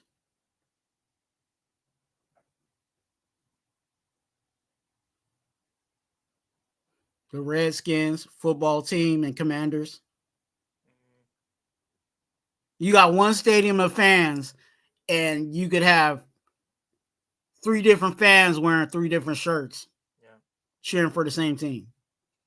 Now let me do it on this one, right? I don't even know how to propose a trade here. So here's the other route I'll go. Let's just say in free agency, the Raiders get an offensive lineman, they stack up the offensive line, boom, it's already set. You don't need an offensive lineman in the first round. Then this is what would happen, right? How do I start this draft on this? Anybody know? God damn. Oh, right here. Start. Boom. The Saints are literally willing to give up the bag. They're so desperate. They're like, Carr needs a wide receiver because Malik Neighbors is still on the board, by the way, yo, right now. They want to give us their 14th pick, their 2 5th-rounders, a 6th and a 7th, and even a 4th-rounder next year. And you know what I'm going to do? I'm going to say, fuck you. That's what I'm saying. I'm a stick. Because that trade that they just gave me is unrealistic as hell. That is unrealistic, bro. So, Hey, I would take it. you give me all that just to move back one spot? Okay. yeah. So look at where we're at, y'all. Look at who's on the board. This is interesting because I don't think Malik Neighbors will fall this far. But if Malik Neighbors falls this far and Hunter Renfro's out the door, Won't you be my neighbor? all I gotta say is this was the other route I'll go if this is the case scenario right here. Let's just say we get an offensive lineman free agency and stuff. I would go Neighbors there. You feel me? In the second round, what the in the second round, oh, Bo Nix is there now. That's interesting. Bo Nix and Michael Penix are still there. They are still there. They are still there. Damn. Who would you guys pick right now if this was the second round case scenario? Bo Nix or Michael Penix? Let me know, y'all. I want to hear your guys' input on it. Would you guys, if you guys were in this case scenario in the second round, would you guys go after Bo Nix or Michael Penix?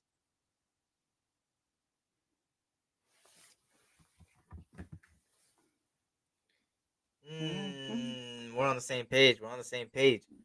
We're on the same page there. We're on the same page. There we go. Michael Penix. Penis.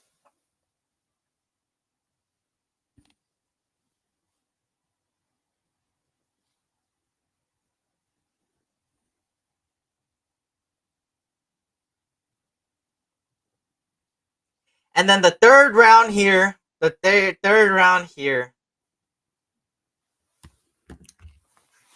Thank you, Lord. Where is it at?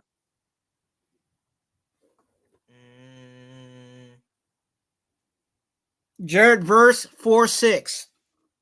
I like, you know what? I like Kalen King, yo. I don't know about y'all, bro. I like Kalen King, me personally. I like Kalen King. And then you go here.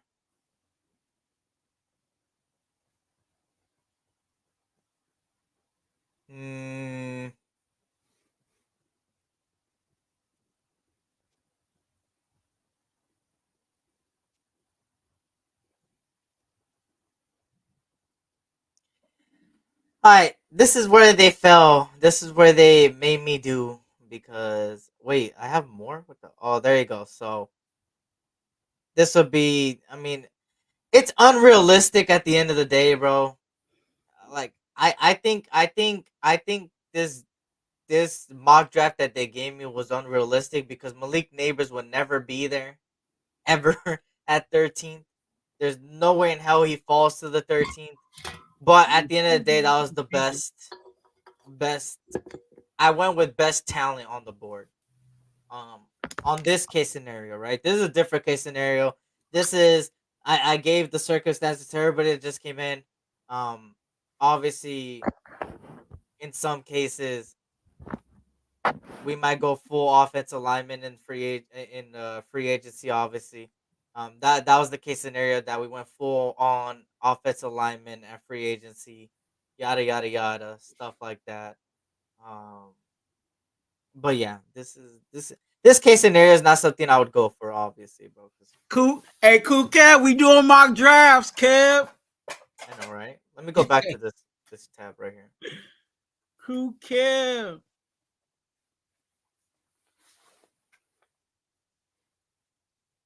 I put it right there. Hold on. There we go. Did I fix that? Well, I need to fix So that. what? Hey, Yeah. what I'm seeing in regards to the draft, I mean the combine is, I think they with the D linemen, I think they broke them up based on like size, because I think that first class was really all their like D tackles. You know what I'm saying? And I think these guys, that the second group that that are running their 40, they're more they're like speed guys, like the linebacker, defensive end, the typical 3-4 defensive ends, because their times are way faster from what we saw earlier. Remember where the highest time was like a 4.7? Well, these guys, what the fastest guy right now has ran a 4.4, and a lot of these guys are running 4.6 in this group. So, and they look smaller. They're, size wise too. I know my guy is working at Walmart. Spencer Rattler at 13. Paul really wants Spencer Rattler at 13. Where did Josh Noonan go? Oh, well, I already skipped. Oh, let me see. Oh, it's not even showing me the whole complete draft. Yeah, it's Rattler not at even showing me the whole complete draft. 13 would be way too high. Yeah, Rattler at 13 is insane. Shout out to Queen. What's good, Queen? Your boo there in the building. Hey, boo. Shout out to everybody in here. Shout out to everybody in here. CSC, stay up, homie. Spencer Rattler at 13 all day. I don't know if you're actually serious, Paul. You're trolling? Do you actually, want Spencer Rattler at 13? There's somebody else that wants him at 13, but I disagree with it. Spencer Rattler at 13. I mean, I don't know. This is the first time I've seen it. Like I said, I hardly be I hardly be on YouTube, bro. Be so out of the mix. Don't nobody want Nix or Rattler.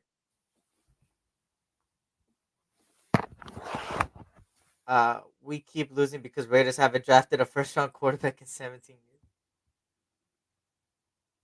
years. I do have PTSD though by a LSU quarterback though. There is that. That's the only thing that's like uh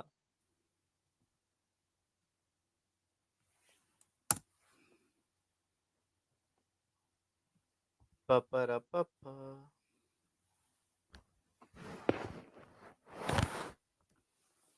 Ba-ba-da-ba-ba.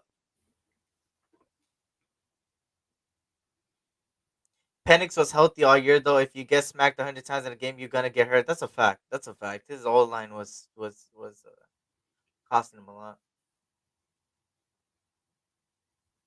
All right, let me fix this up again so you guys can see it on our right hand of the screen. Give me a second, y'all, so I can watch the combine. Boom, boom, boom, boom. Yeah, Muhammad There we Kamara is pretty fast. Yep. There you go. I put the 40-yard dash there for you guys. Let me see if I could. Hold on.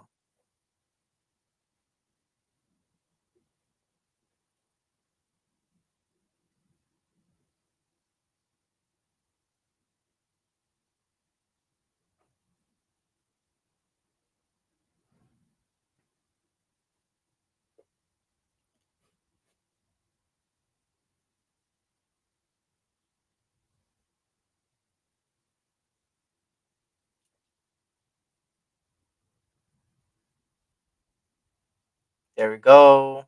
Update layout. There we go. Set it up a little bit good. There we go.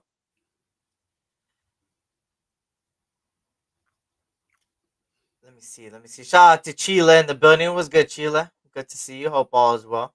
Shout out to everybody in here, man. Blessings, blessings, So blessings. Liatu is a pure 4.6 runner.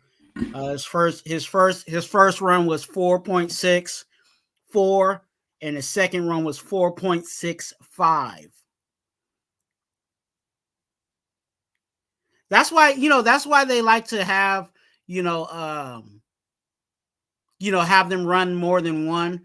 Of course they want to give them a chance to improve it, but if you see their 40 time, in that same area, what I'm saying, not too far away from it, that kind of gives you a clear indication of where they really are.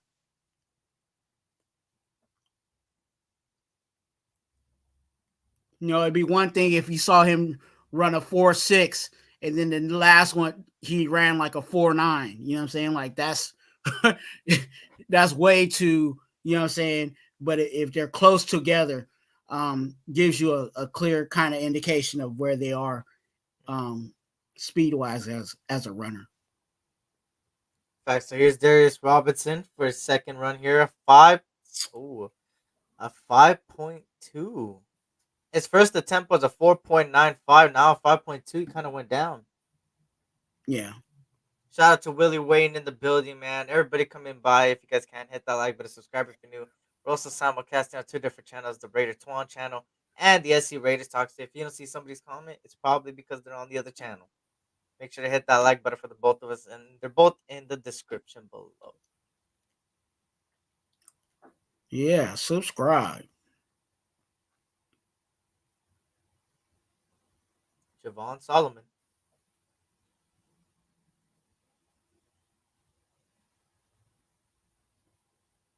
Ran faster. First one was a 4.81, now a 4.72. Yeah, I'm a little bit behind you. Oh, okay, bad. But it's all good. Darius just finished running.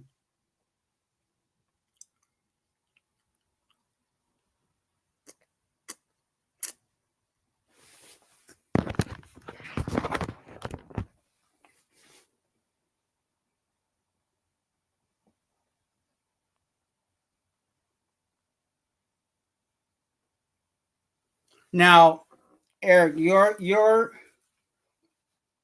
what do you like out of the draft? I mean, out of the combine, does the 40 do it for you, or is it the other drills that you like?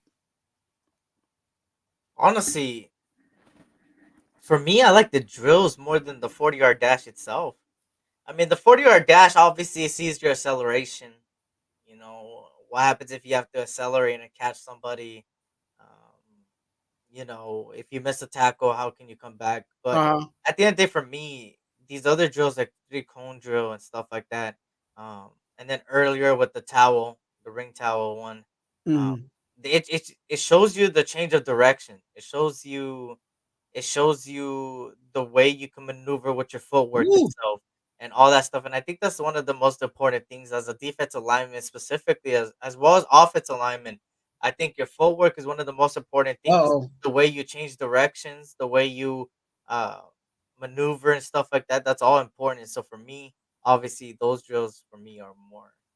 Yeah, Xavier Thomas ran a 4.6. The way it looked like he might be done for the night. He came up limping. We'll see if he gets back into the drill, but Yeah, he came up limping after running a 4.6.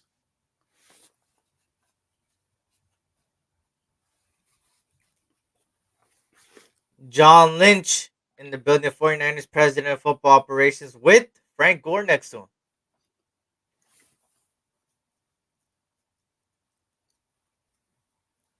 Frank Gore trying to get his son in the league. Is his son in the college? His son was in the Senior Bowl. Oh, snap. No, was it the Senior Bowl or the Shrine Bowl? He was in one of those bowls. So he's coming out this year. Okay. Yeah, he's a running back. He's actually not bad. He's really not like, I wouldn't be mad if we picked him up at running back. But hey, if your dad can go over there and say, "Hey, John," you know what I'm saying? Slide my boy one of those picks, dog. You know what I'm saying? He might be talking to John like, "Hey, my son is my son's coming out, right?"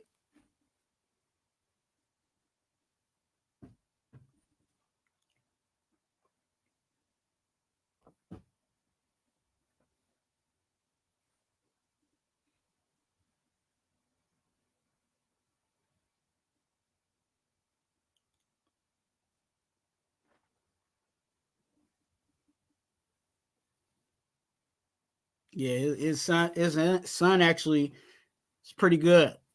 I ain't gonna say I ain't gonna say he's, like a Melvin Gordon or anything like that, or, what I'm saying, like a top, but there's a spot for him. I'll say it like that. It don't even gotta be like, if it wasn't, I'll say it like this. If it wasn't Frank Gore's son, he still would be in the league.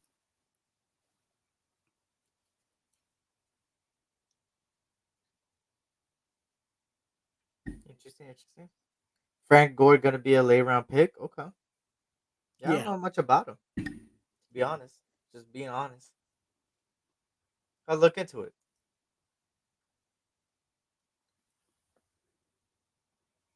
Frank chilling with the Niners and Raiders draft his son.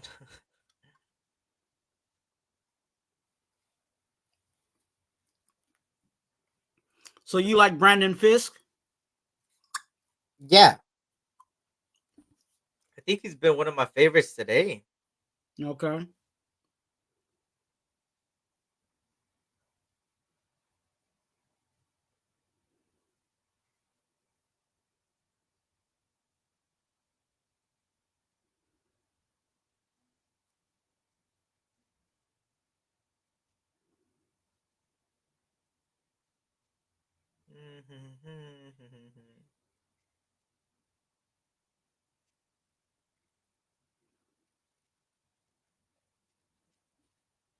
We're in commercials. Well, I'm in commercials. Yeah, I'm looking at Mr. Clean. Oh man. Hey, if y'all like this Raider content, this good old NFL combine content, go ahead and subscribe. Okay. SC is on his way to 200,000 subscribers. You know what I'm saying? And I'm only close to 2. Okay. So go ahead and subscribe.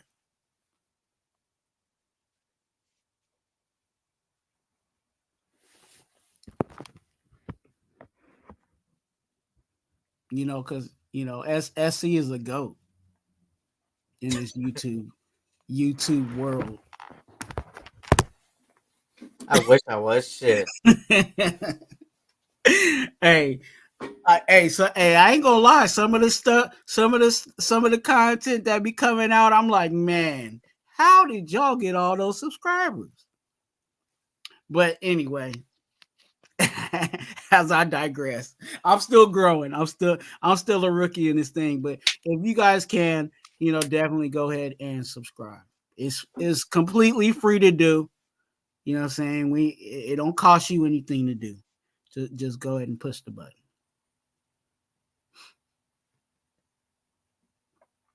He said Eric reminds me of Baby Gronk.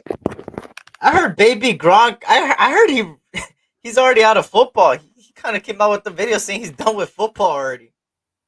I don't know what the fuck happened. I think he couldn't handle the pressure of all this media. I don't know what the hell it was.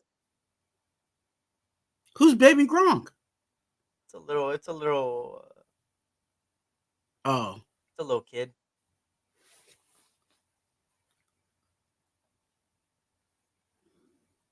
I thought that's what they were calling the guy that's on our team. Oh no. Oh well, yeah, but you know.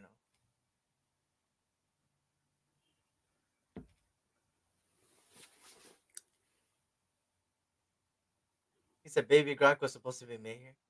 Some middle schooler. Baby Gronk was overhyped. Yeah, he's a middle schooler. He's young. He's young. He's a little kid. Oh, got it. His dad probably killed the game for him. Yeah.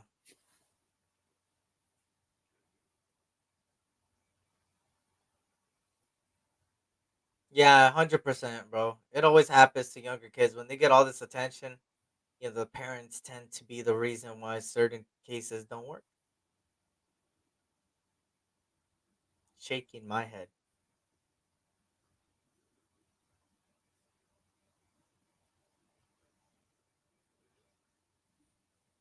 That is a lesson for everybody. You know what I'm saying? Don't allow your failures to be somebody else's failures. It's a fact.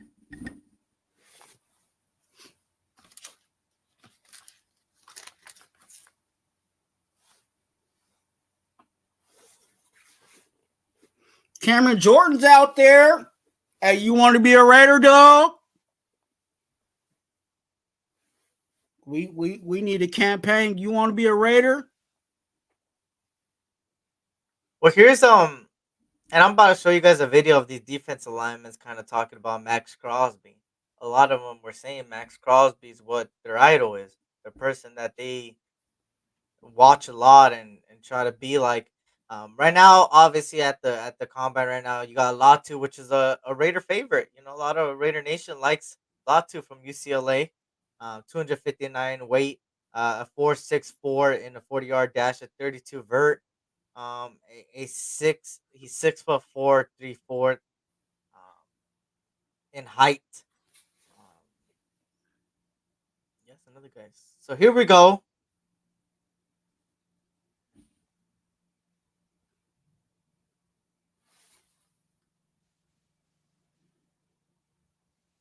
I ain't gonna lie, Latu does. He knows how to pass rush. He really does.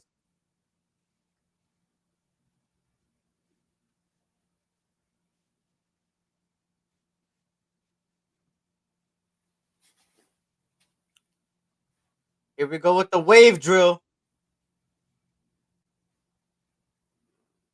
Which, if you guys don't know what the wave drill is pretty much the. Obviously, it's not a coach or anything there, but I think that is a coach. Oh, there's a USC boy right there, Solomon Bird there, man, and he slipped. So what they tend to do is that they would wave a certain direction, and that's the direction the defensive lineman has to go. So they'll go like this. Obviously, you'll go in that direction this way, backwards, forward, and it's to show your pretty much your footwork and see if your balance is well as well. The way you could balance things while moving. As you could see in these past two guys so far, they slipped. They slipped. So that kind of shows you about the balance. The way you could change direction quickly and your footwork going up and your acceleration going forward and stuff like that. Um, so I like this drill too. There's another drill that I like to see from a defensive lineman. Shout out to True Raider. What's good? Saludos. Salute.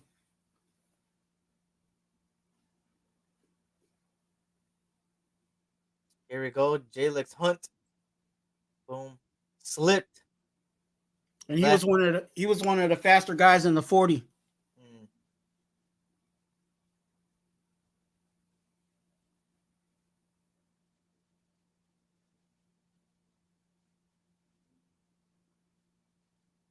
Javante Jean Baptist from Notre Dame. There you go. Left, right. Hey, even on the slip, I'm okay. Like of course you want to see their foot sticking to the ground, but like I'm okay with the slip because you know that's what's going to happen on the field. You know what I'm saying? Like in a game, there's going to be times where you're going to be covering, you're going to slip, but how quick can you get recover from that slip? You know what I'm saying? So even seeing them fall, but seeing how quick they get back up, that also, I will be looking at that too because we've seen it plenty of times where a player, in the NFL slips because it's wet out there or whatever the situation is. But how quick can you recover from that mistake?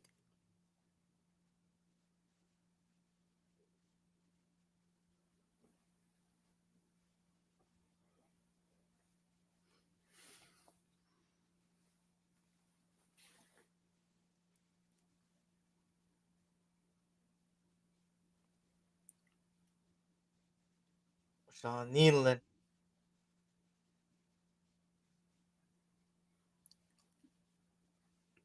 There you go. Here comes Latu. Let's see. Mm, little stutter there. Okay. Okay.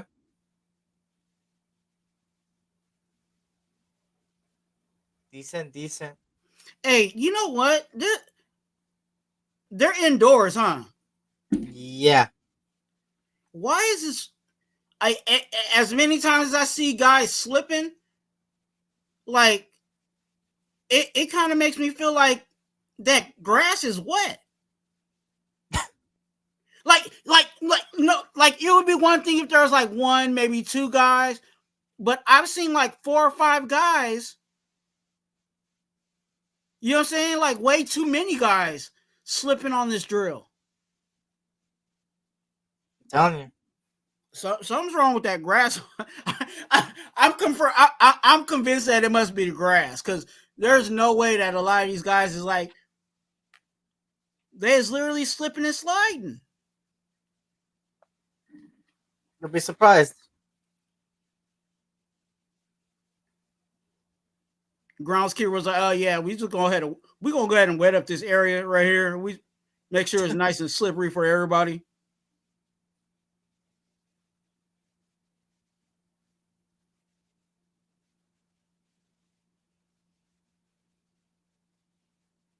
I wonder if they. I wonder, and that's a good question. I wonder if that's actually like field turf, or is that actually grass like ours? Because ours is actually legit grass. Like I don't know if they.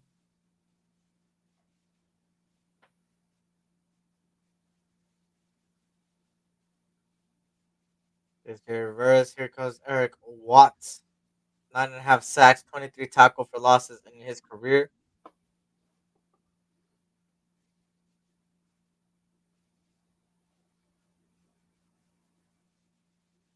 Hey, you're right, Tubi. You know what I'm saying? Urgency. How urgent can you get off the ground and recover from what I'm saying, from a slip up?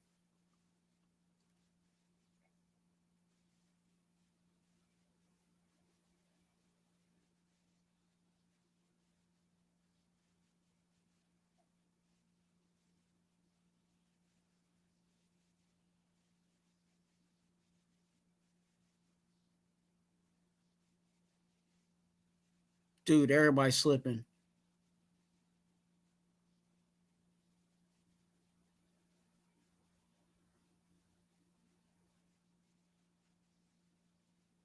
But see, if you notice, the people that are slipping are usually more of the power rushing guys. The more of the speed guys, the more of those type of guys compared to the power guys, which Uh-huh. you could kind of see the difference. Like Latu, for example, they just showed Latu and Mm. Verse side by side. Well, not side by side, but they showed them back to back, and you kind of see it. Latu look a lot smoother. Uh, but at the end of the day, Verse is that power guy. He's more of a big body, push them out of the way type guy. Uh-huh. And that's kind of what I'm seeing the trend on how it's looking like. That's probably why they have a little bit less balance than somebody as like Latu, for example. But I mean, that's just what I've seen so far. I mean, at the end of the day, they all, they're all getting up quick. None of them is slipping and just staying there, or they're not rushing. So,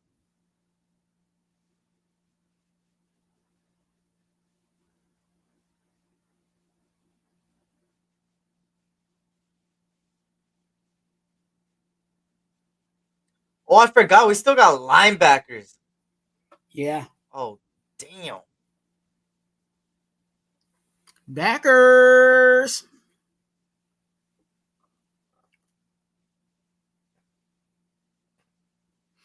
Well, shit.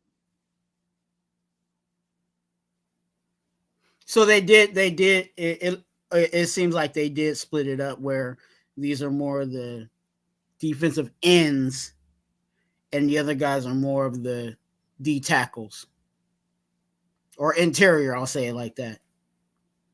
He says y'all should run the 40 and put up some Raider swag up for us to bid on. Donate the money to Children's Hospital LA with Rich Eisen. I mean, that would be cool. I wish they had a bigger following. I would do that. Yeah. There's a lot of things, especially like there's a lot of ideas that I have, but I'm not even monetized yet. So you know what I'm saying? I can't, it's kind of hard to put those things in play, right now.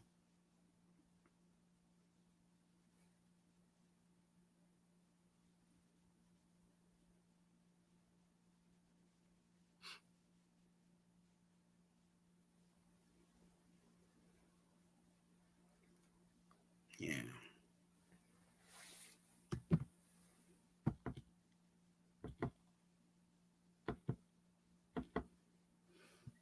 Oh man. Man, some of these content creators would lie about their 40s. I mean, if I were to ever do that, I'll record, like, I'll actually like go live for it. Yeah.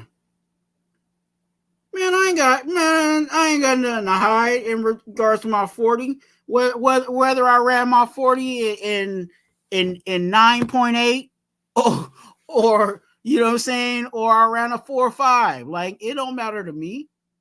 Like, whatever. And especially like if you're telling me it's in the means of being a blessing to somebody else, like, yeah, go ahead. Like, you telling me that I could run my little 40 and you know what I'm saying, that whatever money goes to a charity, like, go ahead, whatever, I'll run and don't care what time I get. Well, I will care, you know what I'm saying, I will put effort in, but whatever comes from that score, I don't care. It goes to charity, you know what I'm saying, being a blessing to somebody else. So Braylon Trice here. Here we go with the defensive alignment. shout out to Daniel Berry for subscribing. I appreciate you. I just got that notification. There you go. If you're listening, appreciate that, Daniel Berry.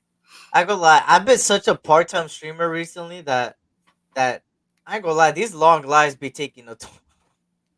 I used to be able. I'm like, there's still linebackers. Are you kidding me? It's been 2 hours already. Hey, But dude, I'm not gonna lie to you, dog. We've all been. Me and you've done this before. Me and you've been on lives that were like 3-4 hours. You know what I'm saying? No problem. When we first started, but man, like sometimes when I do like an hour live, I'm like, and it's just me. Like, I ain't gotten anybody to on panel because I do a lot of solo shows. So yeah, when I get to about that hour, I'm just like, I'll save it. I'll say whatever I gotta say till the next show. But yeah, hey, I probably still could do it, man. If we went, You know what I'm saying? If you was like, yeah, we got to do a 4 hour something, I'd be like, all right, let's run it. I would just have to get my little snacks and goodies, you know what I'm saying, somewhere where I can grab them. Matter of fact, I might grab me a snack right now. But yeah. Eric Watts. Who do you have on your screen? They're showing Jared Verse versus 2023 top 10 edge in sacks. Got it. Is it more like compared?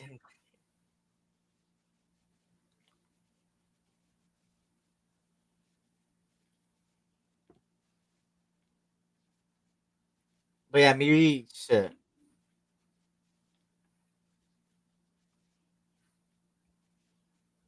Did you eat? Hell no. That's what I'm This saying. guy.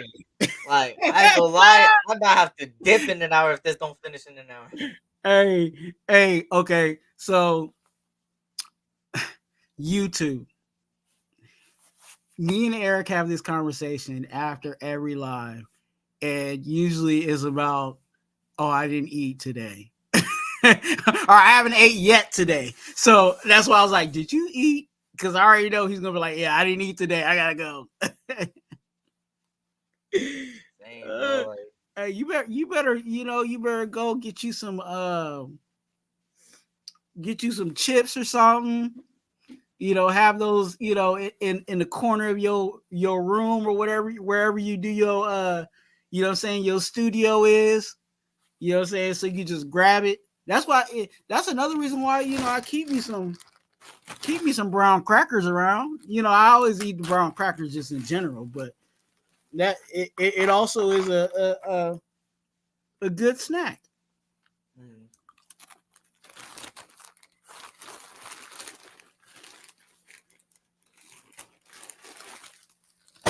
He said Eric about to DoorDash a 40-piece nugget. Get you some of these. You know what I'm saying? What's your 40 minus 425?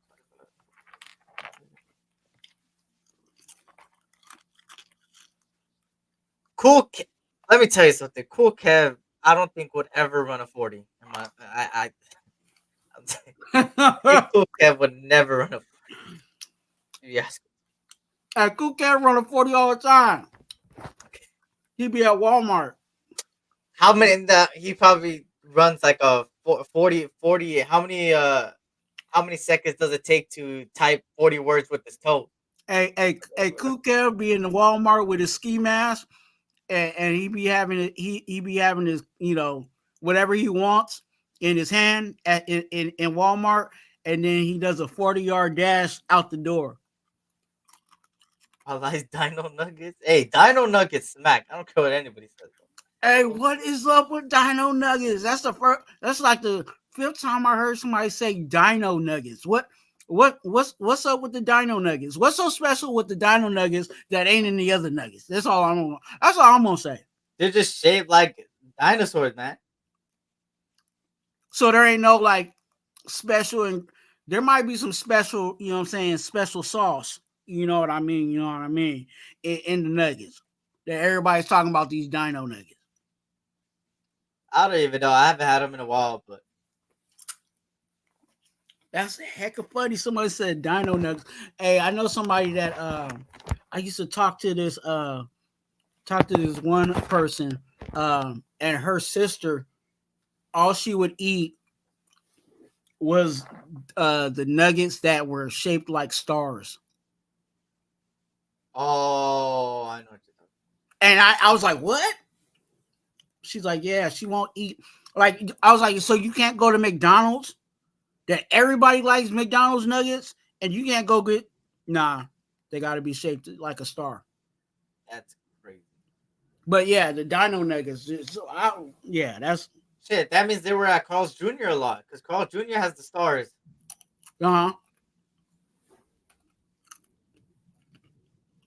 We got Neil in here. We got Latu again. There you go.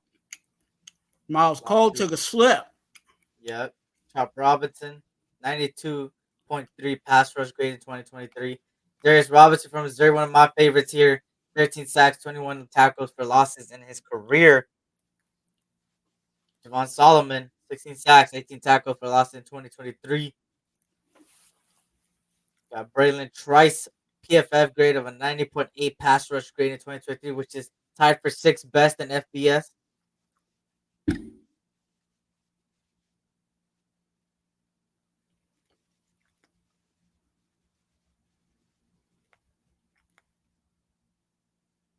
Eric liked them kangaroo nuggets as well. Hey, you already know. You already know, dog.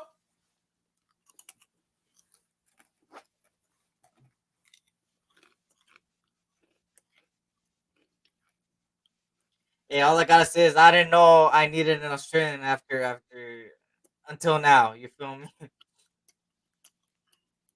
No. I couldn't deal with Americans no more. No more Americans. I couldn't deal with Americans no more. You feel me?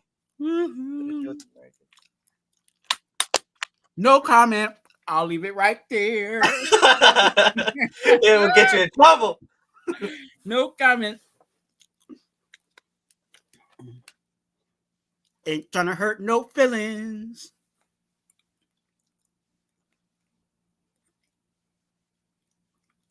And Kev is on here, you know, roasting with his toes.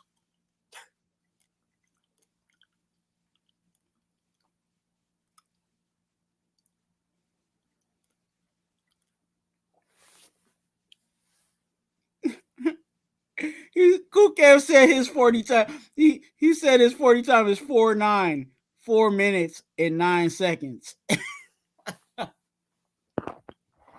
Hey, Cool Kev. Cool Kev. It I don't believe that you even can walk a 40 in 4 minutes and 9 seconds. I don't even think that's possible. I really don't. Somebody somebody like the 8 pound, the 100-pound life, you know what I'm saying, life or whatever, you know that show, that 800 pound, like I think they could even walk them 40 in 4 minutes and 9 seconds. 4 minutes and 9 seconds. That's like, hey, well, that's like funny though, Kev. I ain't gonna lie.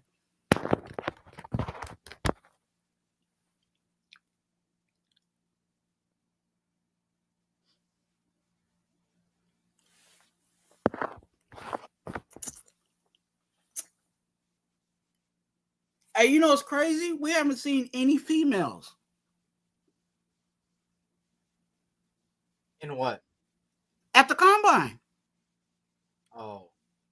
Like usually, okay, so usually they have like a female reporter, or at least on my broadcast, usually they have a female reporter, or even like one of the people that's working on the field. You could tell it was like it's a female. Like the people that might be helping test the the athletes or whatever. Interesting.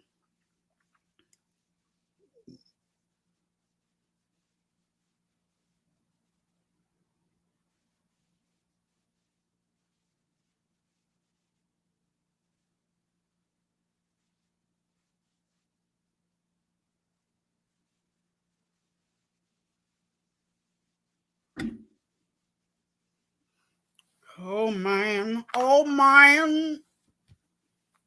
Commercial. What commercial you got?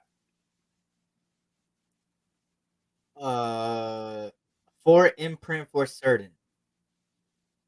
Okay.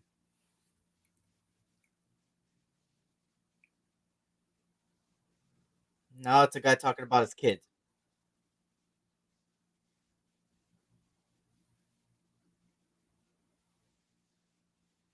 Better not bring your kids.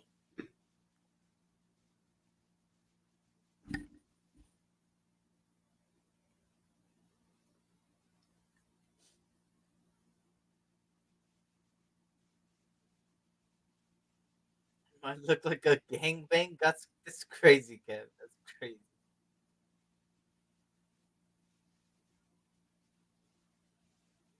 What do you say?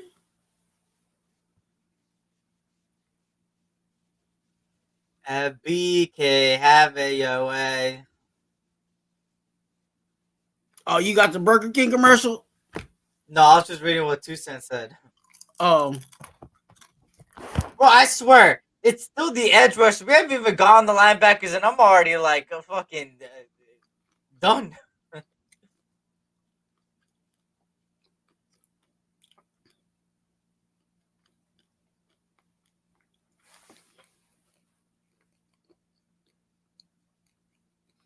It might be GG's for the next 3 days, boys. I might do another rank check. No, just kidding. I'm kidding. I'm playing. I'm playing because I know somebody's gonna say something. Like, I'm playing. I'm playing.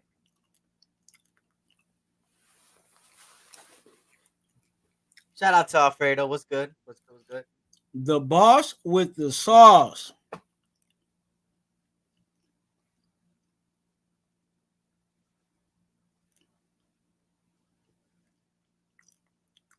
What's tomorrow? It's the offensive lineman. Let me see. Is it?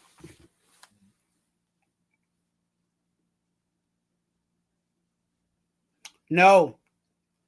D backs tight ends.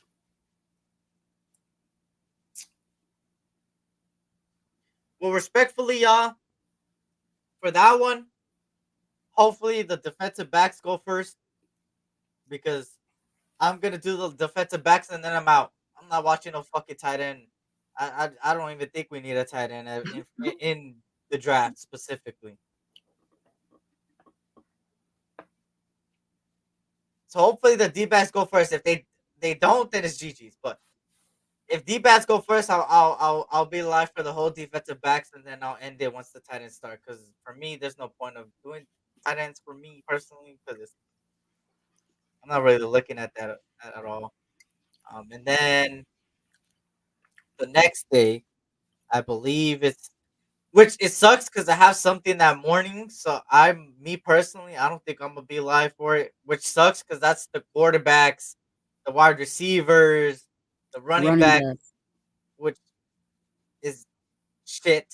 But I got something going on in the morning. So and it starts early in the morning. I mean the AM. So I think I would be live that same day and at later times, probably at like 2:30 p.m. Pacific Standard Time. I don't know, somewhere around there. And then or like 1 p.m. I don't know. And then Sunday I should be live again, and that one's early in the AM too. I forgot who goes that day. Any DTs impressed you guys so far? You want to go first on this one? I think outside of the guys that I've already talked about, Tavondre Sweat definitely was a guy that stuck out to me. I should have really wrote these guys down. I was Yeah. gonna go back and rewatch it. Um, Byron Murphy confirmed where I think he's going to be. I think he's definitely going to land in the first round. Um, and some of these guys that are still going through drills are sticking out to me. Um, Chop Robinson is a guy that I'm looking at too. Mhm. Um, so those are guys that right now they're sticking out to me. Um, we'll continue to see because they're not done with this is the Yeah. second part of the D lineman. So we'll see. Jalix Hunt is actually the guy that ran the 4.4. Mhm. For me, I think Braden Fisk from Florida State is somebody that looked good today. Um, then obviously besides Byron Murphy and those guys, I think Darius Robinson did pretty well. Um, but then again, Darius Robinson is more of an edge rusher, and you said DT, so I wouldn't consider him. Tavondre Sweat, like Twan said from Texas himself. Trying to think who else did good today because you said defensive line. I'm trying to think of defensive tackles.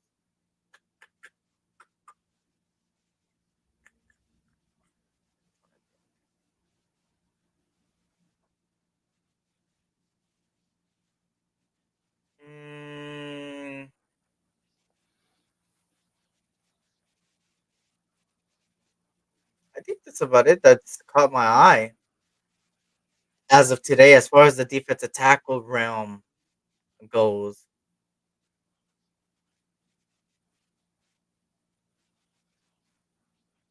Shout out to, is that Raider Ben? What's good? All things Raiders Network. Ben in the building. What's good, Ben? I believe that's Ben, right? That's the second channel. I don't know if I'm tripping. I believe so. Okay, bet.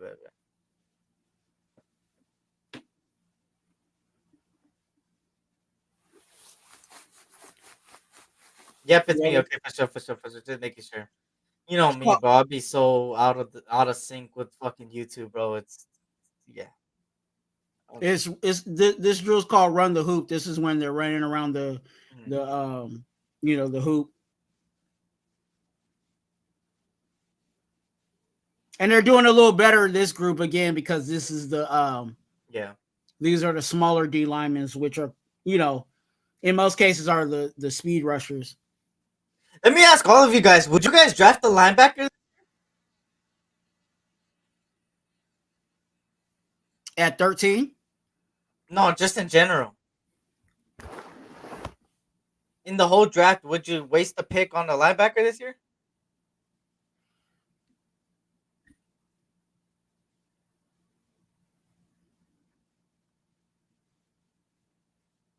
I would.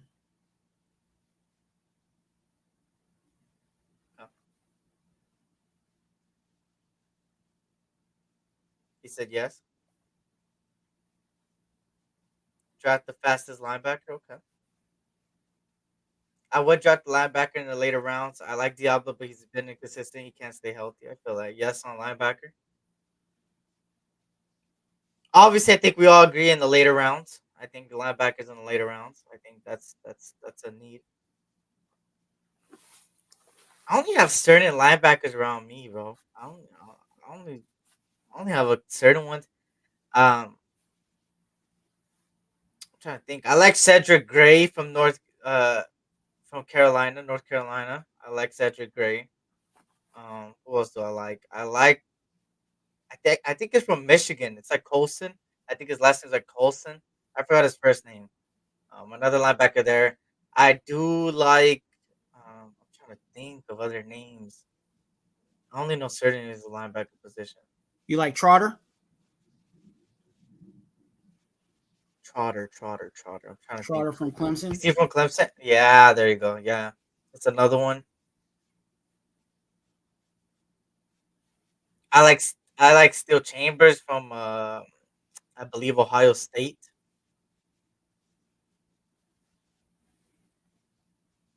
That's the only notable names I know off the top of my head. I don't really. I'm trying to think. And here we go, Max Crosby again. Highlights. There we go. They shining on Max Crosby and his combine. Look at that. QB1, D tackle 2, offensive line 3. There you go, man. I like that too. I think that's the same for me as far as the draft goes. Unless in free agency, if they target D tackles in free agency a lot, then shit. Then I would switch the offensive line to D tackle at 1 and 2, at 2 and 3. Yeah, in my opinion, too, he's a defensive player of the year. Max Crosby is unbelievable. He was such a steal. Yeah, who would have thought the boy from Michigan State would, or Eastern Michigan, my bad, would be this good? No, D line has to deal with what Max deals with. Yeah, yeah. You know what's the good thing about Max Crosby and the Raiders in general? I don't know if you guys heard. The Raiders players, there's like 20, 25 plus players, including Max Crosby, that are in the Raiders facility every day working out, y'all. Isn't that crazy, y'all? Ever since the Super Bowl ended, they've been nothing but working out in the Raiders facility. People like Jack Jones, Max Crosby, like these are guys that What is are that guy's determined, name? bro. I love that. Oh, Omar Spates. from LSU. Okay. I was trying to figure out. I forgot who it was. It was Omar Spades.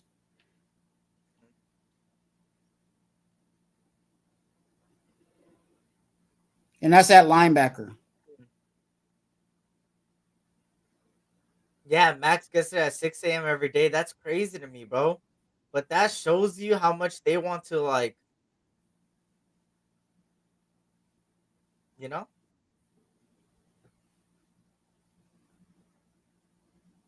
at Seawood.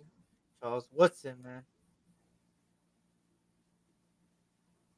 But I ain't gonna lie, like having these players already in the Raiders facility, like a lot of players are just taking vacations, man. Like a lot of players in the NFL in general are just taking vacation right now because there's not nothing to do. But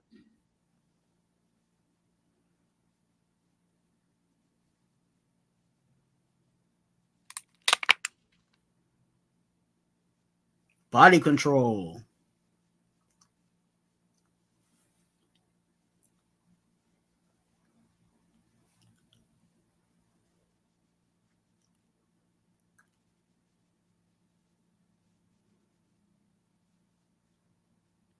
they're doing the body control now. Yeah.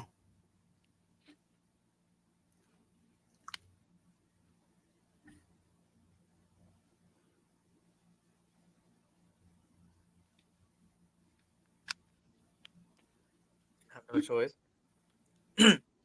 Yeah, they don't want to forget if I like hurt. Shit, I'm glad I did. Shit, I used to be fucking. I used to have a pebble head.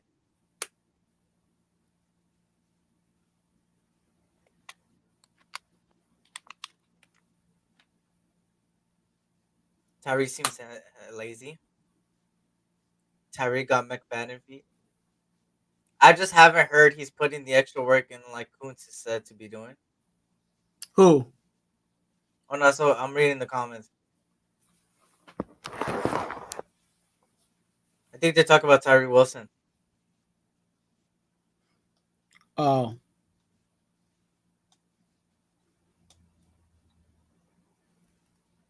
All Tyree Wilson needs to do is put in the work, bro. That's it. It's simple as that. He just needs to put in the work.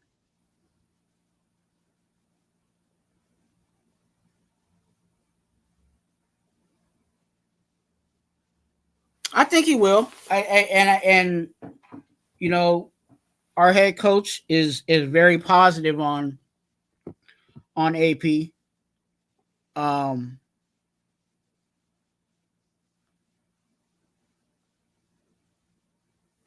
and with that being said, I think um he's gonna work.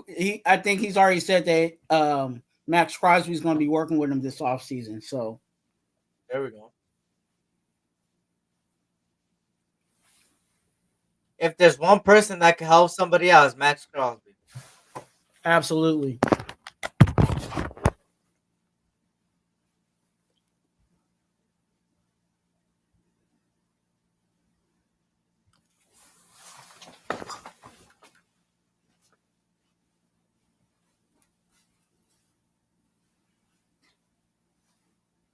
Let me see if I could hold on. Let me see something.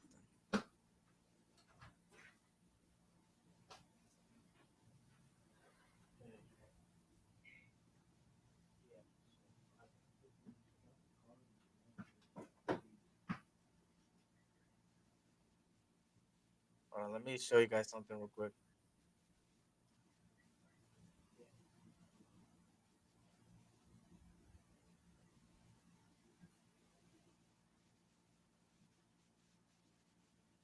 Hmm.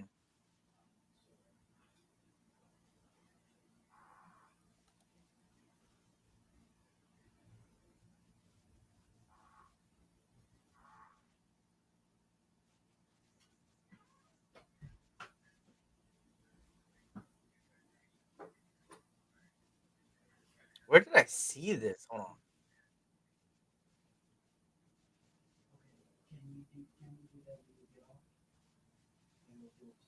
Oh, there we go. Okay, bet. me share my screen real quick for you guys.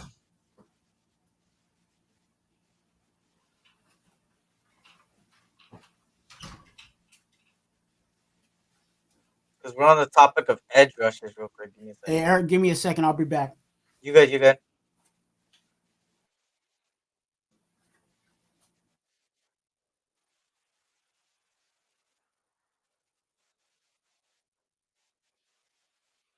Oh, let me fix this. Hold on.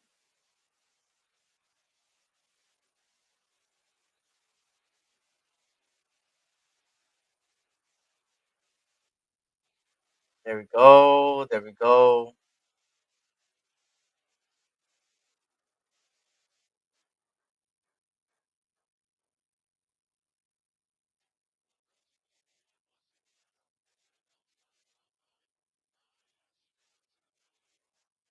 There we go. Oh my god. I fixed it up good.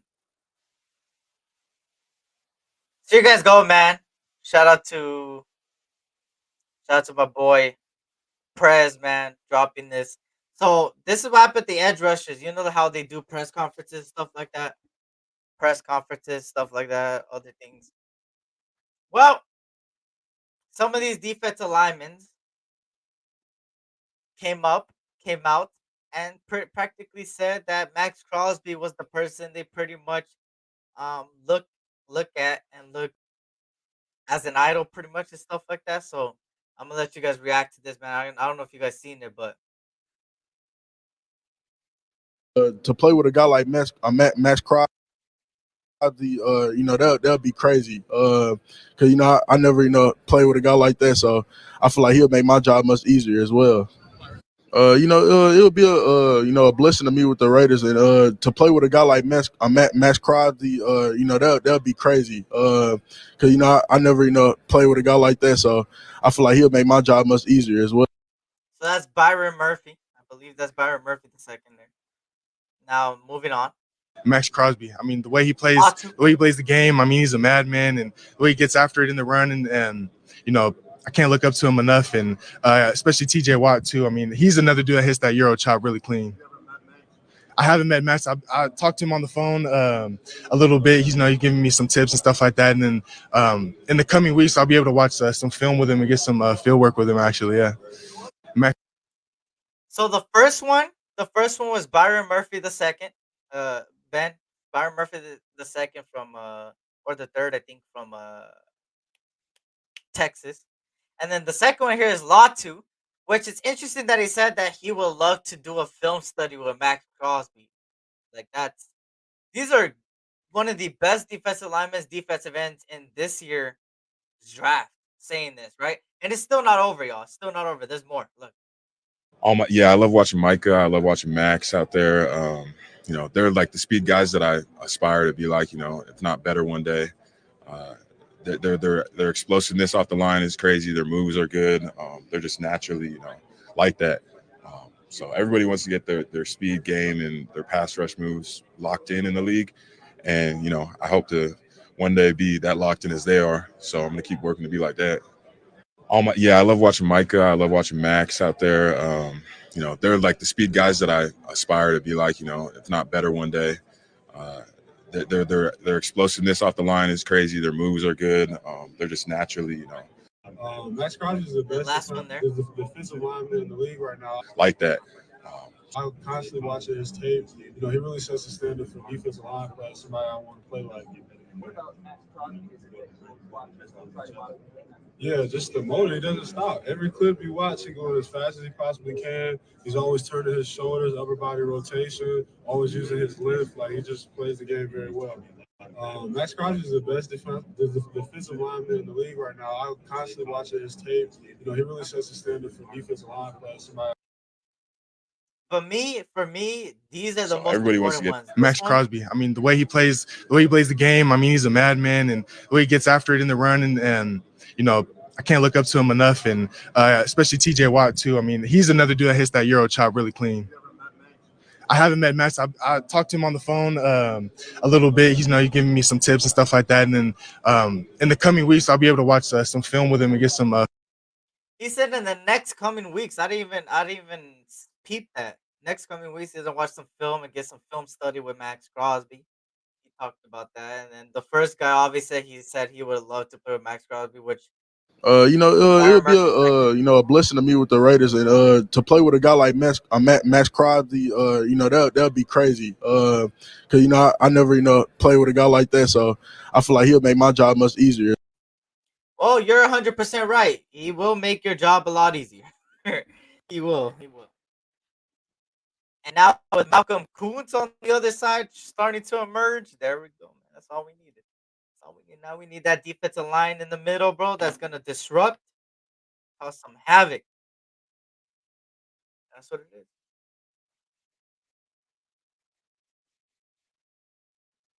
Now let me fix this up so I can show you.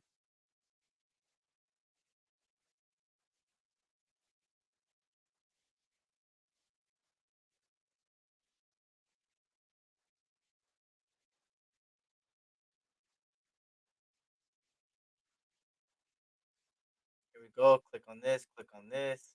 Click on this. Oh, I shared the wrong screen.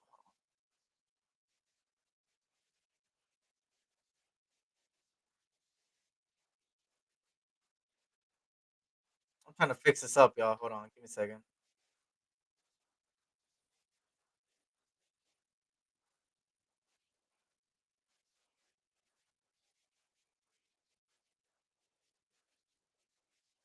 We're 2 weeks away from free agency, y'all.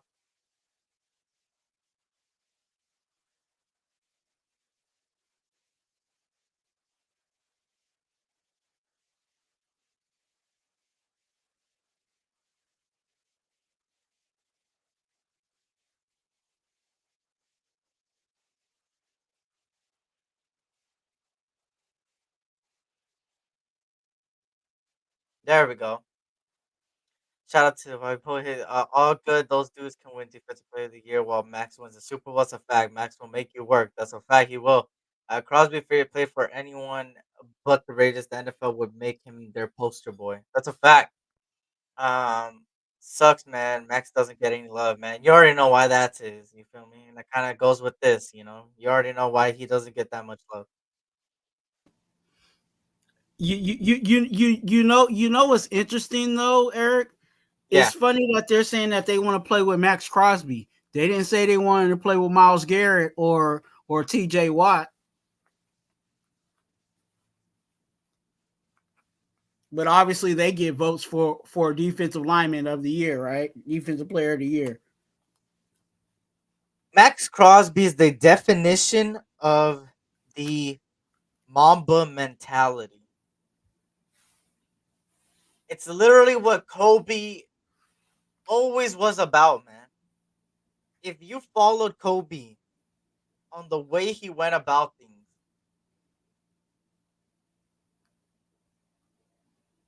he literally, how do I say it? He literally was the first one in the room and the last one to leave. And that's what has been doing. He puts a lot of work in to perfect his craft. He goes 100% on the field no matter what. When he went to the Pro Bowl the other year, y'all remember what he did? He literally came out and he won the Pro Bowl defensive player of the game, right, or whatever. And they asked him, they're like, "Hey, you played a little hard. Like, don't you think that you didn't need to really do that?" And he was like, "Hey, no matter what it is on the field, I'm gonna give it 110%. I'm gonna go out there and play my heart off." And that's ever since then, man. He's going on the trajectory of being one of the best, if not has the possibility of being the best defensive lineman. You feel me? That was part of the Raiders. What's up, Eric? Hope everything is fantastic, man. What's good, man? Long time no see. What's good, Yoshi? Good to see you. Hope all is well. Hope everything is good with you.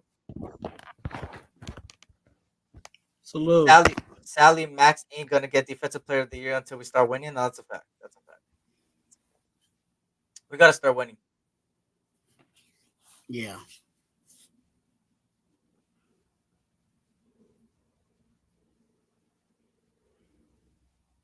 And I think we will. Yeah. I think a lot of things that we want are on its way. Mm, Are definitely on its way. fact.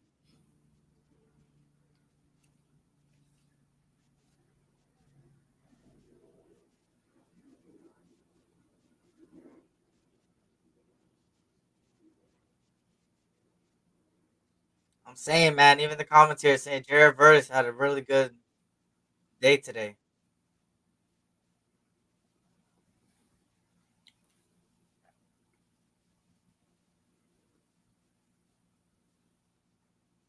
I don't know, guys. This year just feels different, man. You know, and I'm not saying like, oh, this year's our year. I'm not doing all that. Mm, But I am saying like there's a different feeling than the past few seasons. Like it's a feeling of like I can't even explain it. It's just I feel like the Raiders are back. The culture of the Raiders is back. And that's what makes me excited for this upcoming season. I'm still not going to have a record prediction. I'll tell you that. I will not have a record prediction this year either. But what I do have is excitement. I mean, I'm excited every season, right? It's Raiders football at the end of the day, but I'm excited this season even more than before because of the culture now getting built. It's getting built back, you know, what we lost. And it feels free and it feels like we're finally going to see them take the next step. mm-hmm. You know, I look at everything. I look at how the players go about things. I look at how the coach goes about things, how the staff is being built. I don't only go by just what Antonio Pierce says, because obviously, you know, a lot of other media and other fan bases are like, "Oh my God, look at the Raider fans. They're just they're just getting hyped because of what Antonio Pierce says, and that's it, and it's overrated." Like, no, hell no. It's not just that. It's just the fact that you see the players look more free. You see the players have more fun. You see the players putting in more work than what they did before.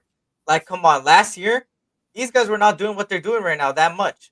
It was just certain people, like a little bit, tiny people. Now you got 20 plus players in the training facility working out every day after the Super Bowl, while everybody else is taking a vacation. Like these guys want to improve and want to pretty much show out this season. And that's what makes me excited, man. I want this season needs to hurry the fuck up. We got free agency in 2 weeks though, y'all. Free agency in 2 weeks. 2 weeks. Oh, it's gonna be interesting.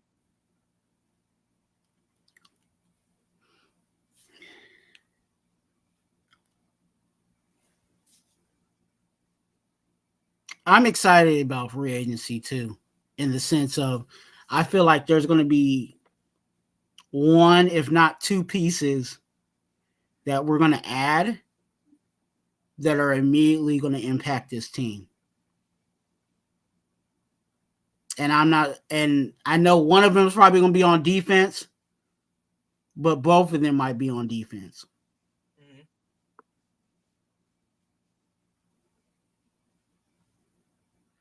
There's a lot of interesting things. I mean, because if we get it, I'm, if we could get a D tackle, like if we can get like one of the premier D tackles, like a Leonard Williams, or you know what I'm saying, one of those guys, like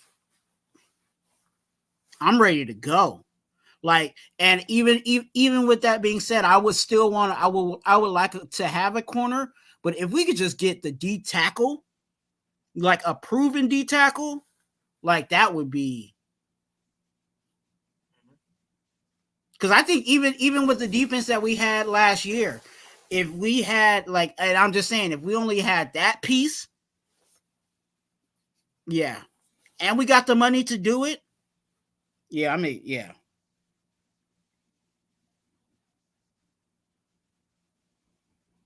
Have you looked at like some of the guys in free agency and I have. what you like? I think this is one of those free agency markets where you have to take advantage. That's how good the talent is on the free agent level. And a lot of teams can't afford the free agent. They can't. So you have to take advantage. The salary cap went up. You gotta cut Jimmy Garoppolo before free agency. I know it's before June 1st, but at the end of the day, we can't wait till then. We got 2 weeks until free agency. You gotta cut him. You have to get that money. You have to re-sign a couple players. I And think then they have like mid-March or something like that to get rid of them. for sure, for sure. Hopefully they get rid of him soon because you got to open up that cap before that free agency market hits, so you could see how much you got and you could accommodate to that. And then Hunter Renfro, another guy. Like, what are they gonna do with him? Mm. We're probably gonna get news in the next 2 weeks, y'all. Like, we're gonna get a lot of news. So hit that notification bell. I'll greatly appreciate it because we'll be up to date right when it happens. We're just about to do some dogs on defense. I think something's brewing. I said this. When's the last time I said this?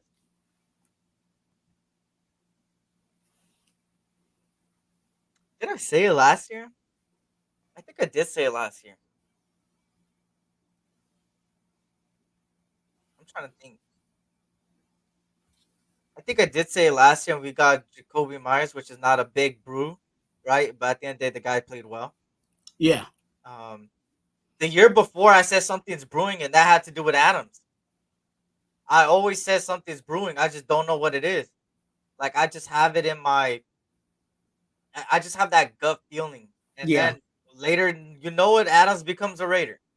Now I have that same feeling, not the same exact feeling, but a similar feeling to that year right now. I feel like something's brewing, and it's gonna be a superstar player coming to the Raiders. I think Antonio Pierce and this regime knows that fuck that. Oh, let's just get a bunch of dead pieces and hope they work out and put them together. I really think they're gonna make a splash, whether it's a trade or whether it's free agency. I really think, or even the draft. I think something's brewing, y'all. I truly believe that.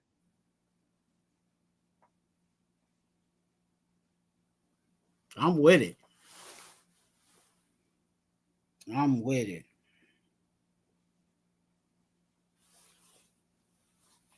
Because I like again, like, and me and you talked about Mm, the overall building of this team.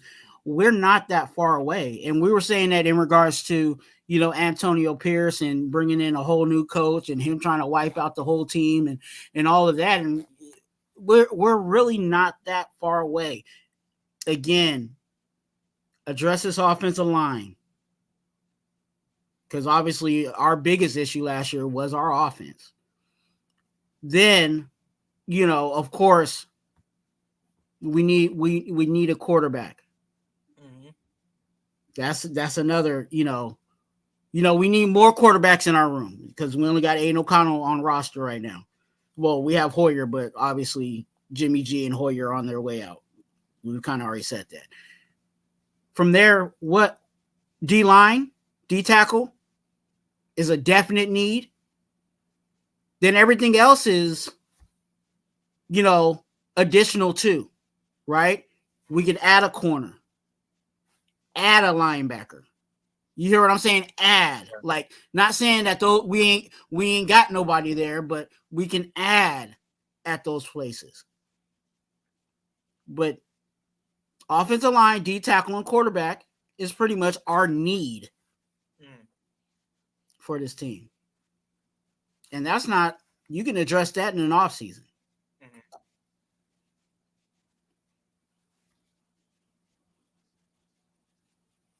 Was watching McCarthy highlights and he smashed Bitcoin Bennett for 6 points. AP said, "I'm gonna go get better when talking about trading up for quarterback." Mm-hmm.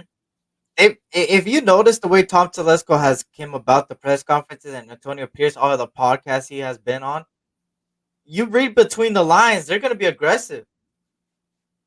They're gonna get whoever can make their team better and that wants to be a Raider and that is a Raider.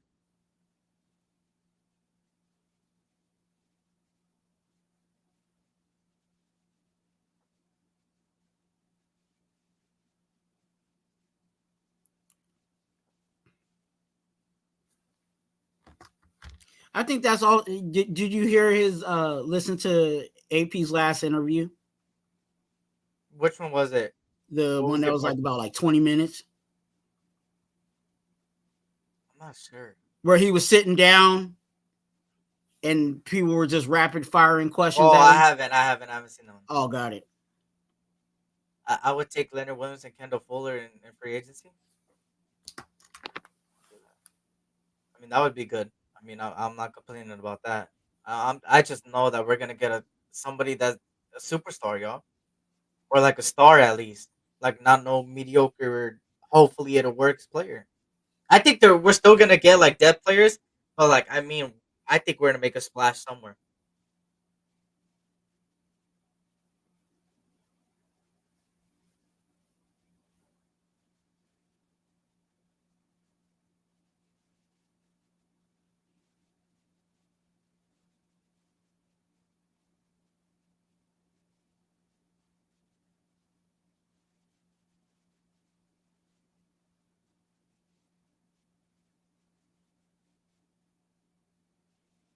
Where is it?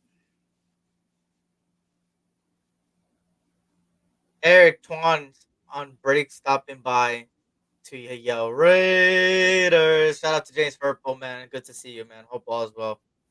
Hey, thanks for stopping by on your break. You know what I'm saying? Make sure you drink some water. Stay hydrated. Dehydrated. Extend Spillane. That's a fact. We keep Spillane, man. He blew up my expectations, man. He blew my expectations. Make sure you hit the like button. Yeah, the like button, like button. Appreciate you. Where is that freaking live?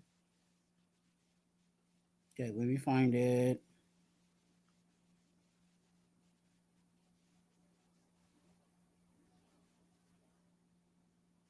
No, that ain't it.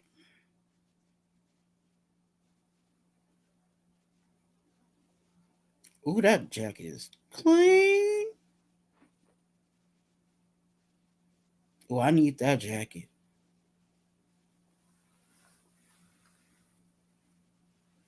Oh, you can't see it. Forget it.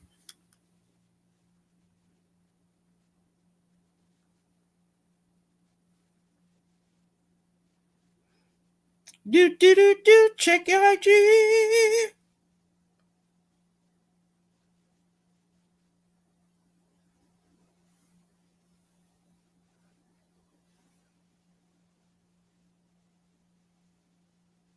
I sent it to you on IG, Eric. What? Oh, okay, for sure. I'll watch it later. Yeah. That's good. Yeah, I haven't watched it for sure. Well, can these linebackers hurry up? Because shit. It's getting to that point for me. I ain't gonna lie, bro.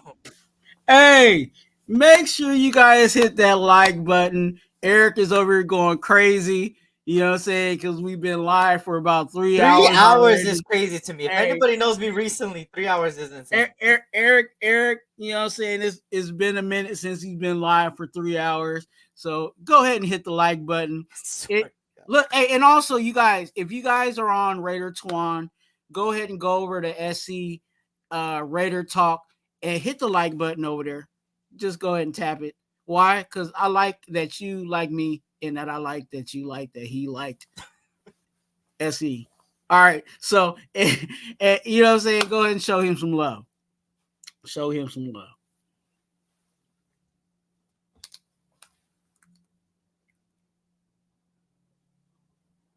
Oh my god, they're putting the Chiefs on my screen, bro.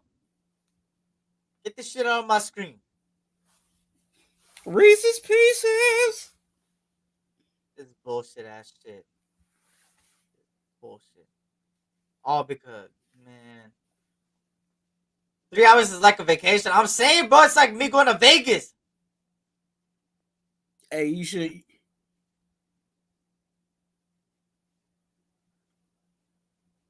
You should take. Here's Latu. One of my favorite players too, man. I ain't gonna lie. I hate UCLA, but You should. Raider Nation for life. Break time up. You already know what it is, man. I appreciate you, James. All right, James. Have a good one Take at it work. easy, man. Have a great day at work. All right. Don't let them fools over there piss you off now. Have a good day at work. Don't let nobody else mess up your day.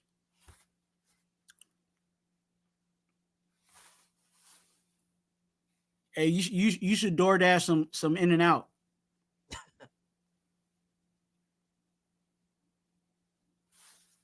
I don't even know if you can DoorDash In and Out. Can you? You would know. I think you can. I'm not sure. As much as you eat In and Out. When's the last time you had In and Out? I don't even know. Not recently, I'll tell you that. Really? Yeah. Oh wow. I thought you ate In and Out at least once a week. Nah. I'm gonna get some Hawaiian barbecue right now. Oh, that sounds good. That's smacks right now. I don't know what it is about their rice, but they rice always be and it's just plain rice, but they rice be smacking. Yeah. I don't know what it is they do with the rice, but they rice is good. And look at that. Latu got the Ted Hendricks Award. Nation's top defensive end.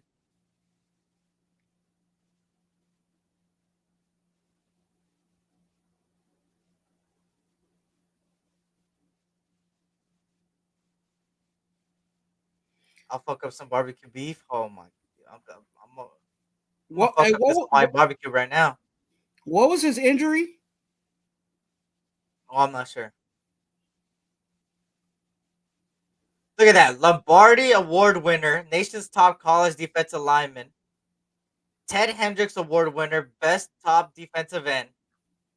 Like, come on, bro. This guy tied for 4th in FBS with 13 sacks, won the Pac-12 Defensive Player of the Year last year.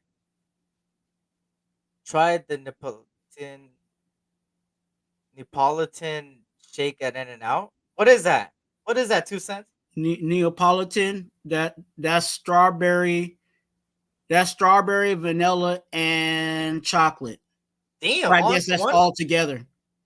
Woo! It probably smacks because Neapolitan ice cream by itself, it ain't. I like it. I mean, I like the fact that you're able to get all 3 ice creams in one, but yeah, it's probably pretty good.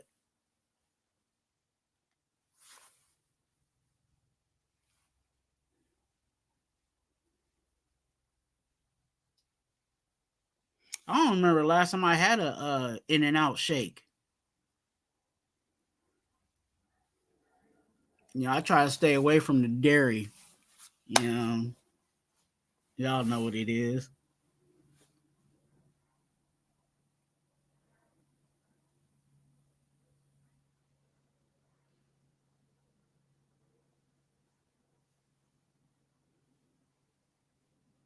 Oh, it's a secret menu. Okay, well, hey, we letting out all the secrets. What else is on the secret menu, dog? We know about the animal style, but what else is going on? Eric needs to know what's on the secret menu. I know, right?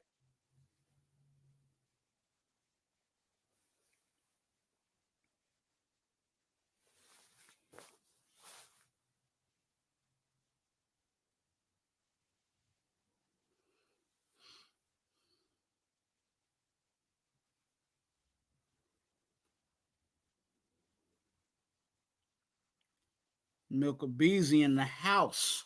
Yeah. Good to see you, man.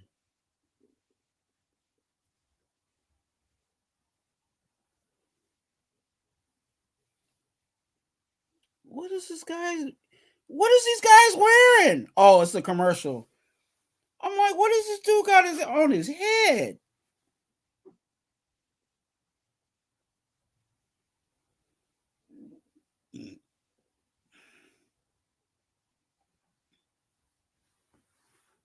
Hey, y'all got Dairy Queen out there? Yeah, I haven't been there though. I don't think we got those up here. What about Sonic? Yeah. I've only been there once. Actually, the one that pretty much the ones that are close to me are like 30 minutes away. Oh, okay. Yeah, so you gotta take a drive. I've only been there once.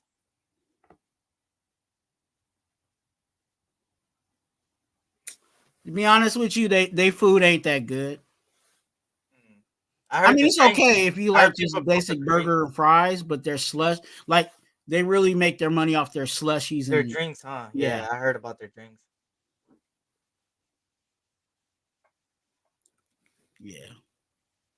Because when I go, I just freaking most time I'll get a corn dog, you know what I'm saying, and some fries and just to have something to eat, and then you know, I definitely give me a good old slush. Yeah.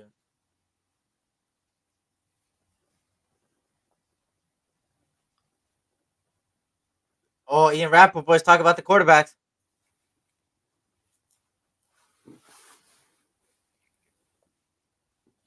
Coach GM Chris Ballard says he is really happy with where Anthony Richardson is at in recovery from shoulder injury.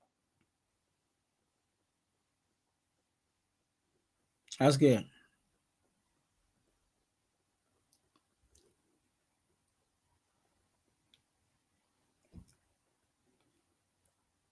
Yes, start throwing already.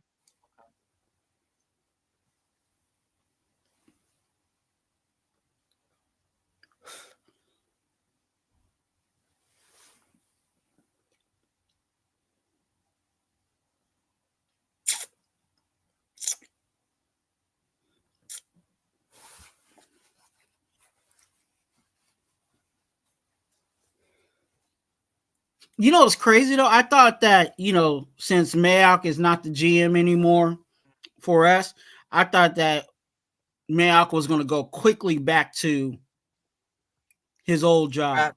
Yeah, I thought so too.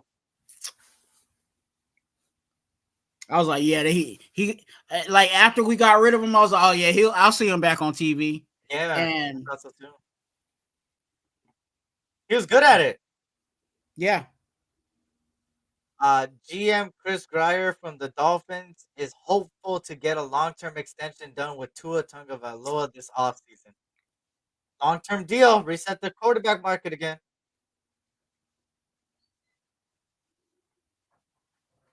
The Peanut Buster Parfait? Okay.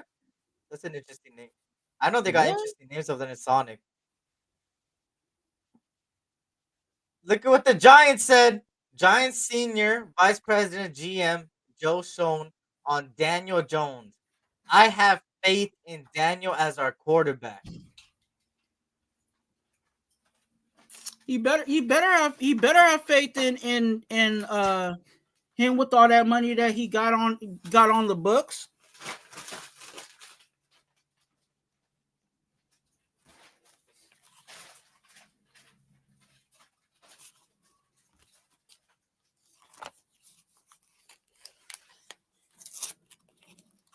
Oh, now Justin Fields.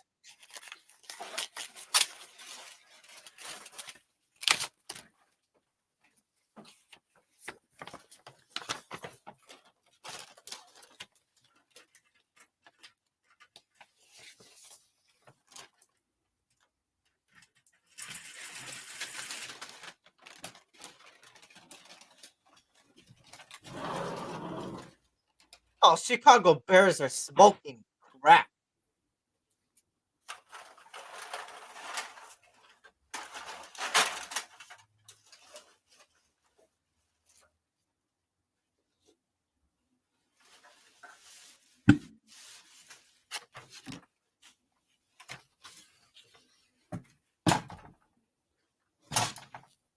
He says in order to get out of the first round, they would have to get an historic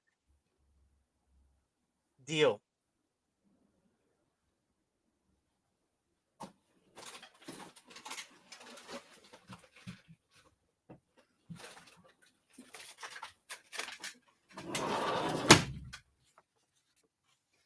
McDaniels is looking at Gerard Mayo's job. McDaniels got all that money to sit at home straight con artist.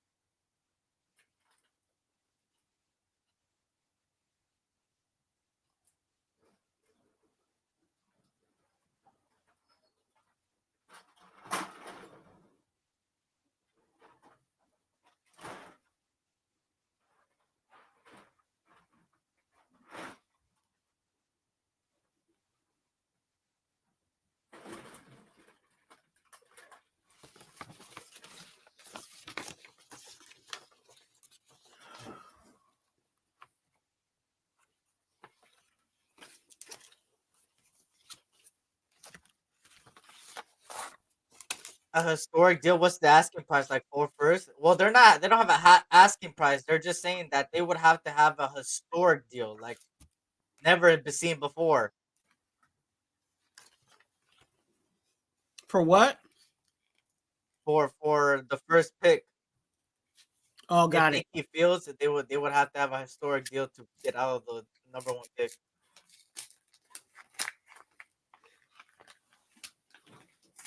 And Ian Rappaport said that no teams are willing to do that. Which kind of puts Chicago at, hey, you're forced to get Caleb Williams at that point. You're forced. Here we go, Jaden Daniels. They're showing his Arizona State film.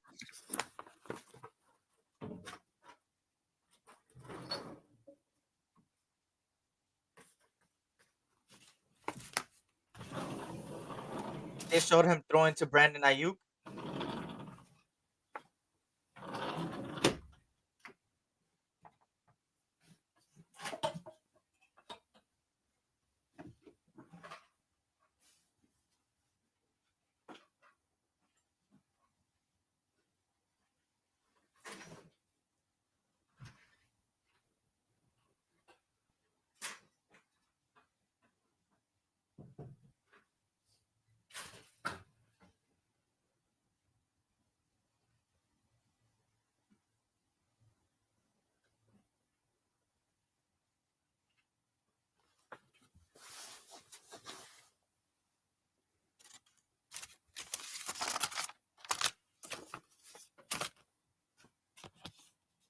This is going to be an interesting draft.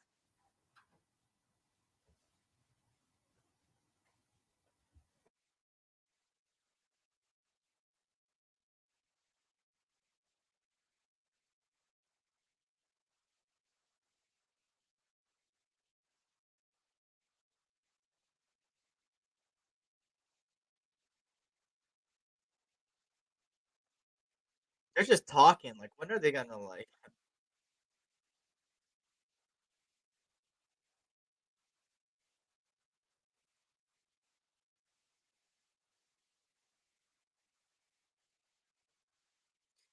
Damn!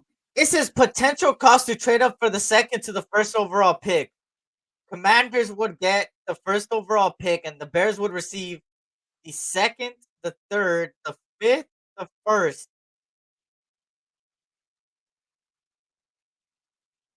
And then New England moving up, they would get the first overall pick. They would have to give up their third overall pick, their second round pick, their first next year, and their third. Oh my.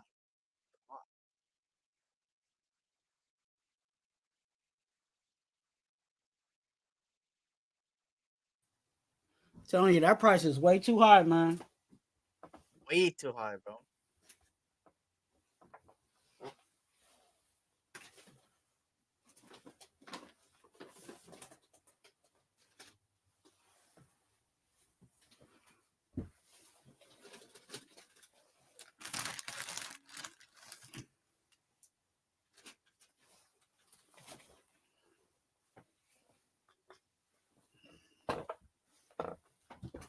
Their price is way too high. I think the Saints gave up 7 picks, but they said that it had cool Kev. They said they had to be bigger than the Ricky Williams trade, bro. They said it would be bigger. Who's a good NFL comparison of Jaden Daniels?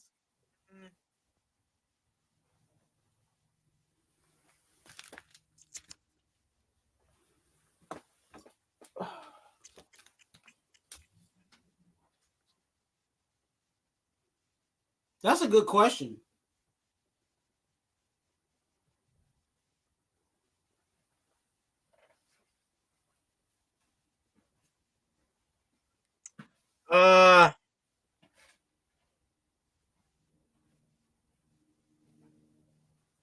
You know what? I'm gonna go on a crazy comparison. Because his ability to run and the way he play makes.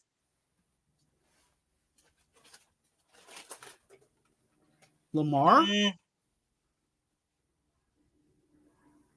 Damn, actually, never mind. Thinking about it? Lamar? No.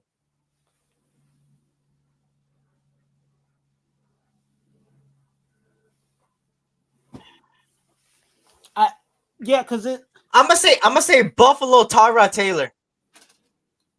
That's a good one. Because Buffalo Tyrod Taylor, he was mobile, but he also could, you know what I'm saying? He could prime Tyrod Taylor, not shitty Tyrod Taylor. Prime Tyrod Taylor. He could still throw it.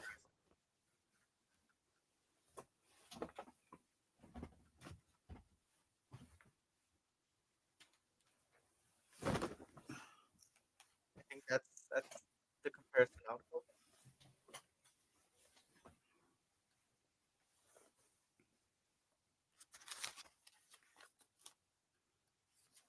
And that's Styles. That's not, what we're saying that Jalen Daniels is going to be is a Tyrod Taylor, because we know Tyrod Taylor is not really,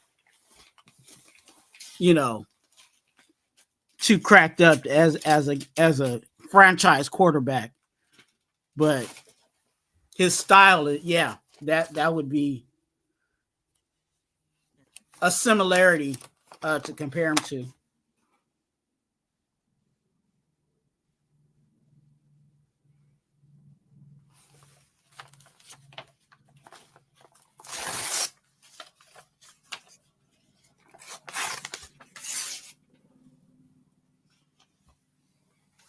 Oh, they're talking about the Raiders right now.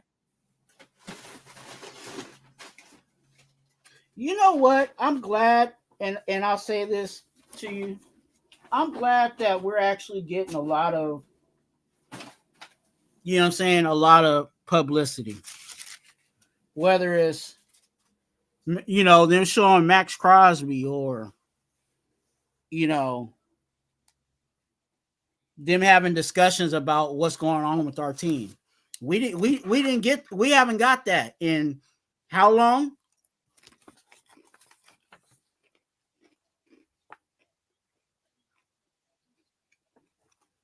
I talk about Caleb Williams.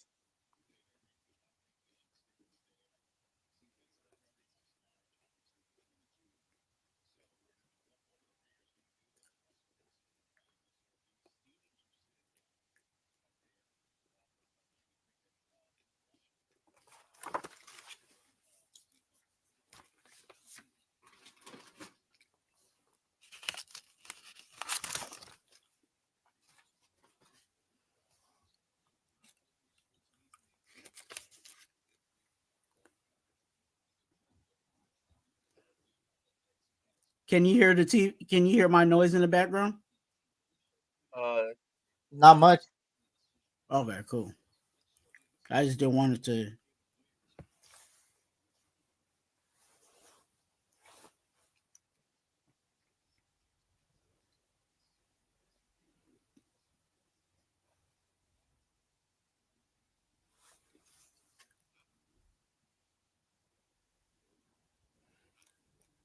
So question with non-bias. Mm-hmm. Do you think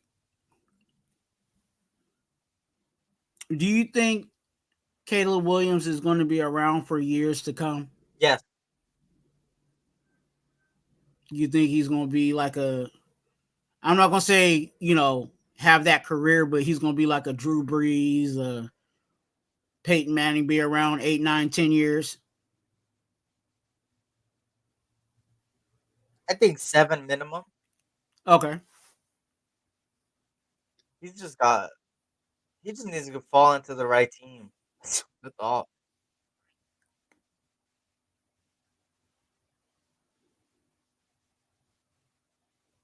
Damn, they just been talking. Are we gonna get the linebackers? Cause I gotta go in a bit. Damn.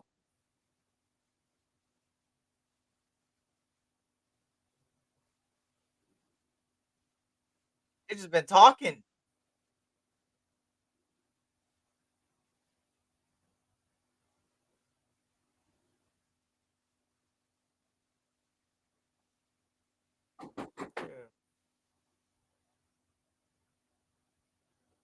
Give me a second. Uh-huh.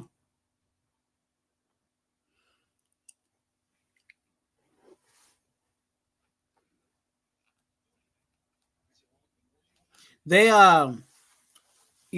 they talking about these quarterbacks and I'm like, man, let's go ahead and get to these linebackers, baby.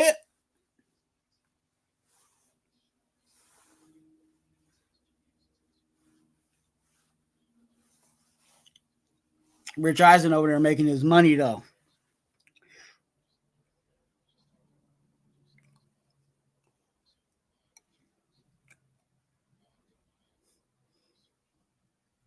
Y'all talking about Mariota?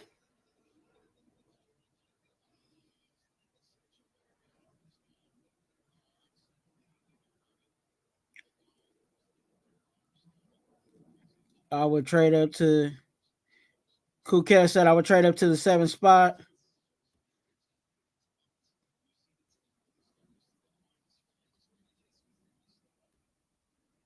Okay.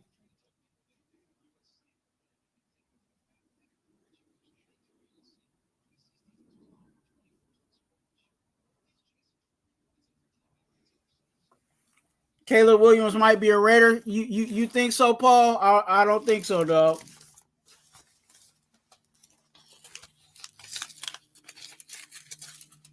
Unless Caleb Williams and get ready. You heard it here. Get ready. There's gonna be somebody in the draft that's gonna do something on social media stupid, or some stupid video is gonna come out and they're gonna drop in the draft. Happens every year. I remember what was it, 2 years ago? And some of you guys might remember this. It was like the day of the day of the draft. A video comes out of a guy smoking weed out of a gas mask.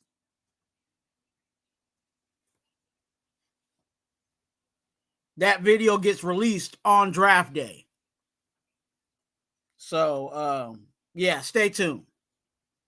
It happens every year. There's somebody that drops because of some crazy stuff.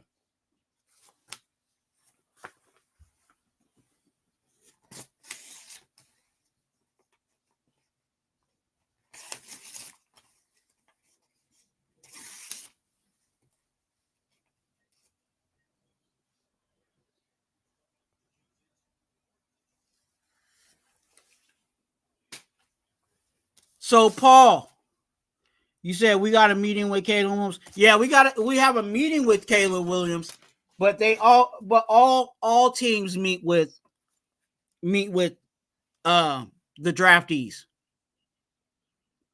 especially all of the top I forgot, it's like the top something, especially in quarterbacks. So Caleb's going to meet with all teams. He can decline certain teams. Like, for an example, he can decline the Chiefs if he knows that they ain't gonna want a quarterback. but they meet. He meets those type of players will meet with all the teams.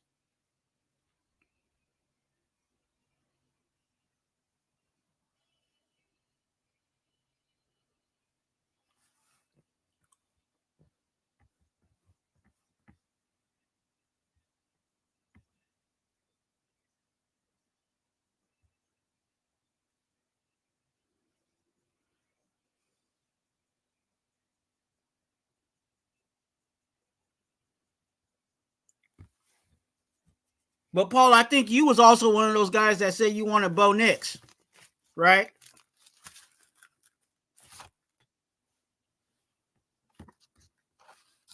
Not saying you not saying you're right or wrong. I'm just throwing it out there. I think it was you that said that you wanted Nix.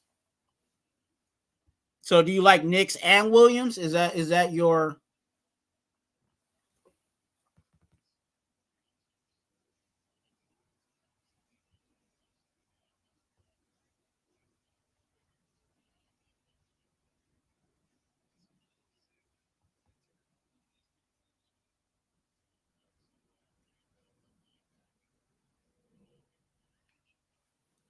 Yeah, we're in a situation where I don't think we're unless we get some breaking Schefter news that we moved up, or draft day actually move up. I don't think we'll be able to get uh, someone who's projected to be the number one in the draft.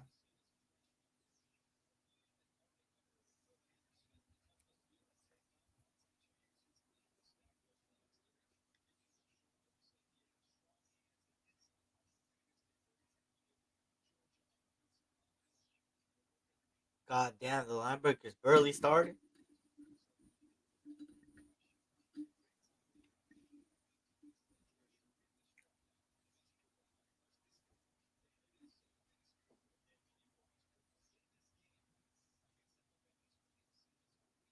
Cooper.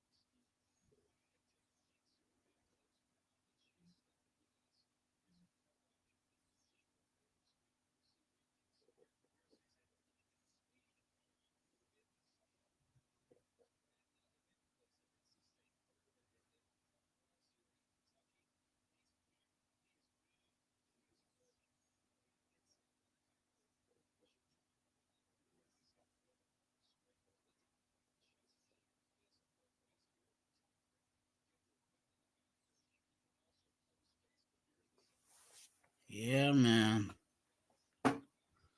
They are they running or anything on yours? Because I'm still going through the preliminaries.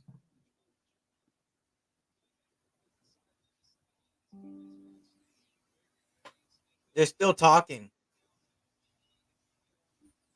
They're still talking on mine. Oh, got it.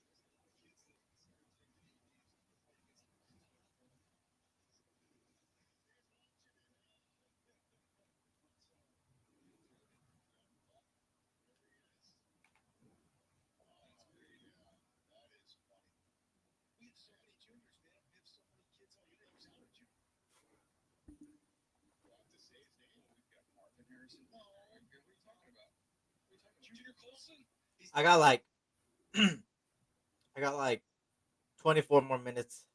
And then I'm going. They gotta hurry up with this, but they just been talking for like an hour. Cause last year the combine was not this long, bro. It was not this long. Let me actually double check that.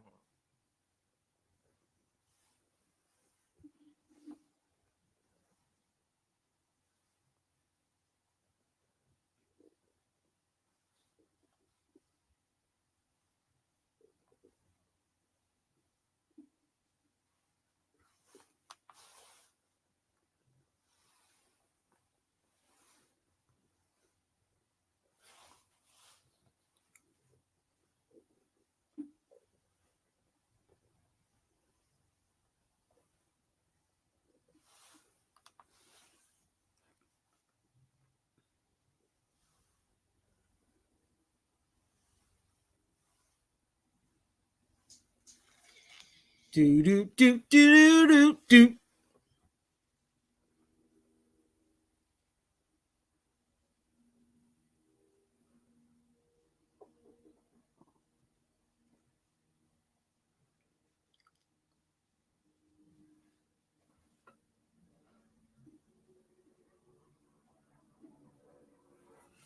Wow. What happened?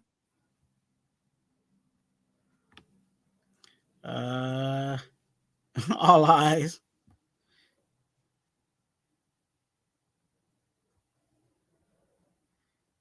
I'm not painting my nails.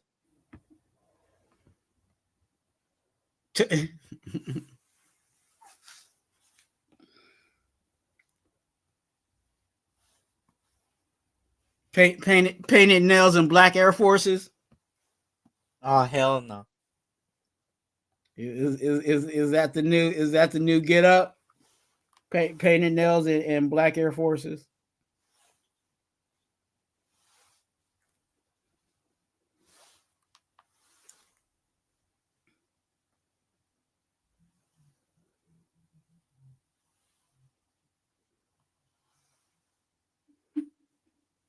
Eric going to get a kangaroo tattoo on his calf if Caleb lands in Vegas. Chop Brandon 448, yeah. Actually, last year I just checked my lives. Last year it did go for a little bit like this long. It went for my longest live last year of the combine was 3 hours and 52 minutes, and we're at 3 hours and 40.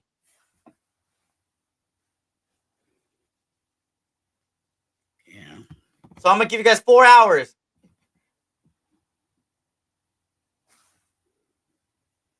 Full 4 hours. 4 hours. Nation, yep. That's what it is. Two people for 4 hours in one nation. Yep. That's what I'm gonna do. Oh, That's what I'm gonna do. That's what I'm gonna do. So we got 20 minutes until we done. If Raiders draft Caleb, I'll paint my nails too. Let's go, SC.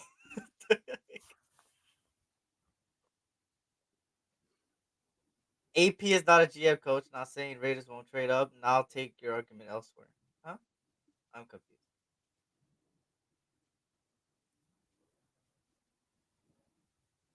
Now here we go with the linebackers.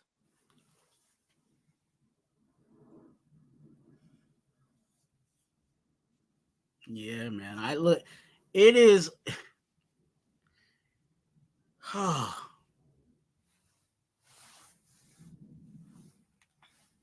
Let me try to pull this up.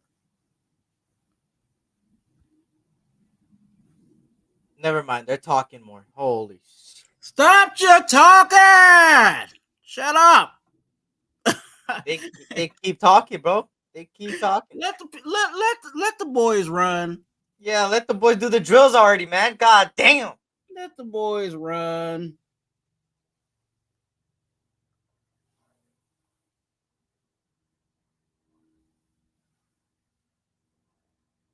what the fuck going on.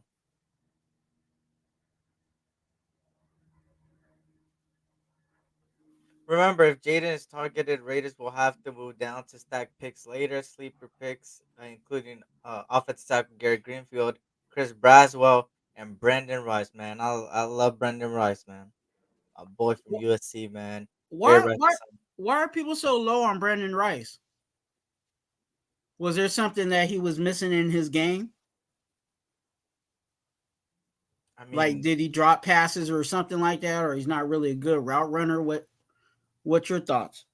in my opinion, I think he's a good receiver. I don't think there's anything really like drastically wrong. Mm-hmm. But like,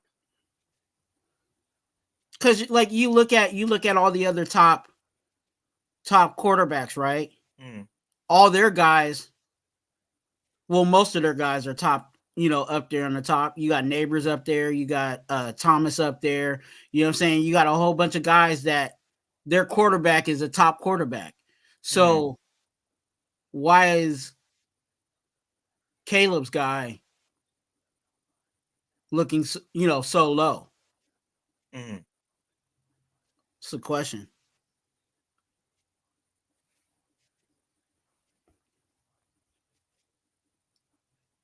Because wasn't Rice his main guy? Not really. Okay. Who was his main He had guy? a he had a lot. He had a lot of weapons. Oh, got it. Taj Washington's one, and he's also in the draft. I think, if I'm not mistaken. He just really threw it to everybody, bro. Okay. Maybe that's why, because all those other guys, like You know what it is? He's good being kind of like super set. He's a consistent catcher. Like he's good with all that. I think the mm, problem is his build. okay, Like I think his build is the reason why they're knocking him because he's more of a slender build, and being tackled in the NFL, you can't really break a tackle if you're. You feel me? yeah, So I would say that's his knock. I would say that's the major knock he's got. But besides that, okay. They huddled up. what? It looks like they're huddled up. Yeah, They still finally. talking. Shit. Oh, there's a female analyst there. See, they're talking about three French bulldogs. Like, bro, can we talk about football? Like,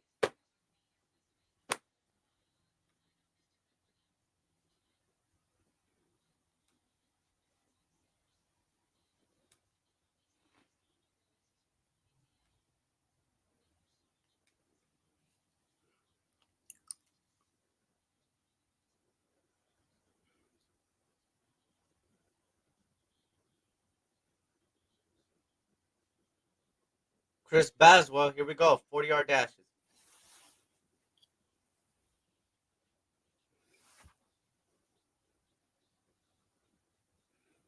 Yeah.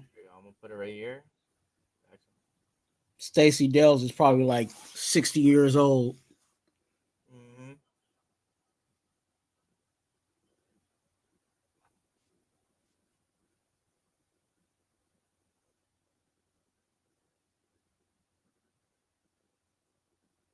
Four six. 4'6" for Chris Braswell from Alabama. Brandon Rice is 6'3", 210, 644. Well, yeah, 604 for reception, 11 touchdowns. He's a decent receiver, man. Junior Colson, Michigan was another linebacker that we're looking at. Here we go with Aaron Casey. Oh, they're Cooper's dogs.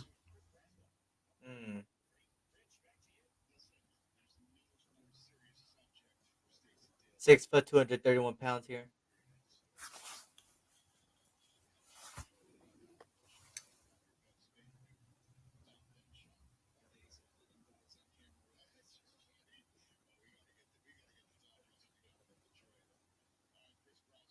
Four eight. It's obvious Raiders are going to be aggressive to trade up to a quarterback, and we know Daniel's AP's guy. Everyone else is after him.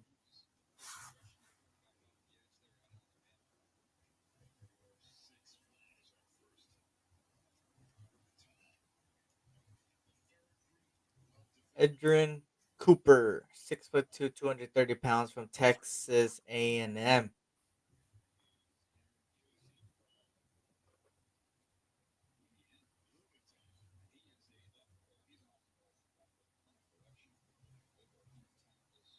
Four five two.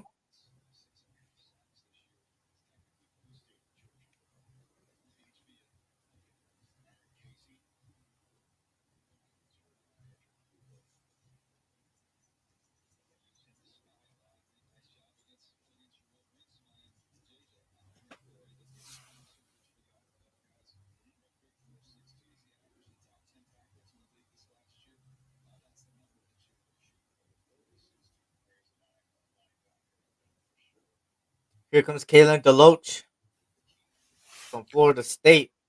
Our coach is probably looking at these guys. Yeah, 100%. 4.55. I'd be pissed if we stay at 13.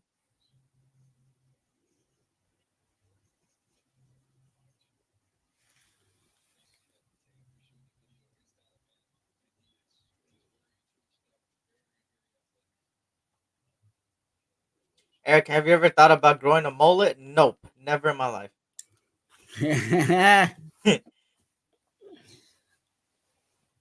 Khalid Duke from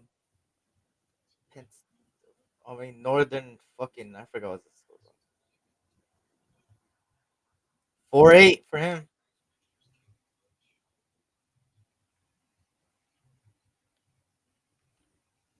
He said it's a party in the back.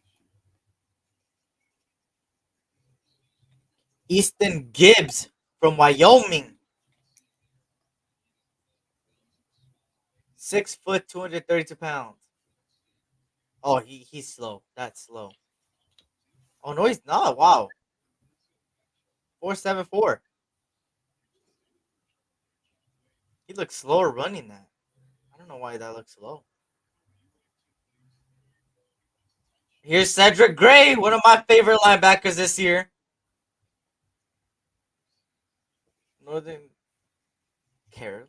North Carolina, University of North Carolina. Cedric Gray, 6'1", 234 pounds.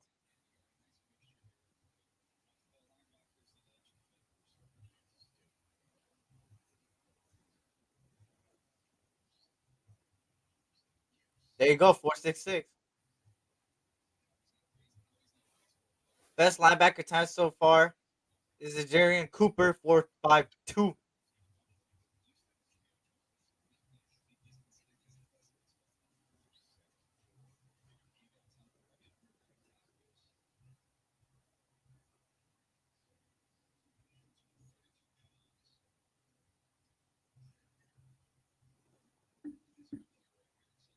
Curtis Jacobs from Penn State, 6'1", 241 pounds here.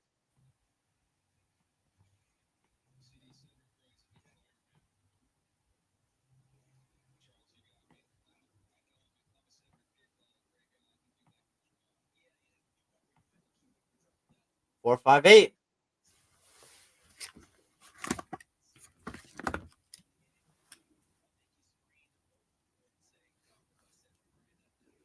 There's Antonio Pierce. They're showing him.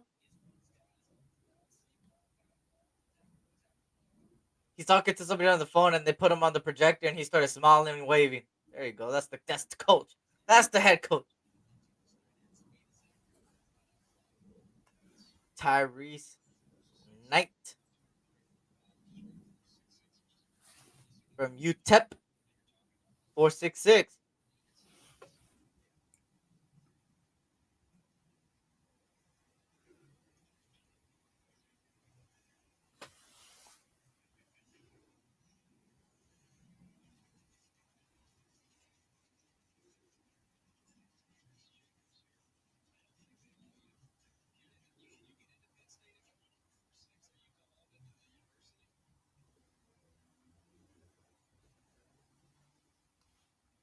He is handling business, bro.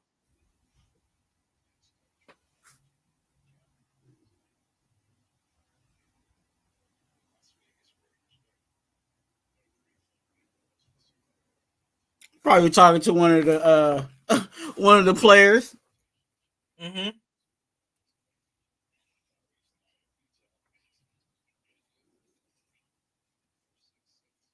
From Notre Dame, 462. Maurice Lefau. Lefau. My bad. Lefau. Lefau. Lefau.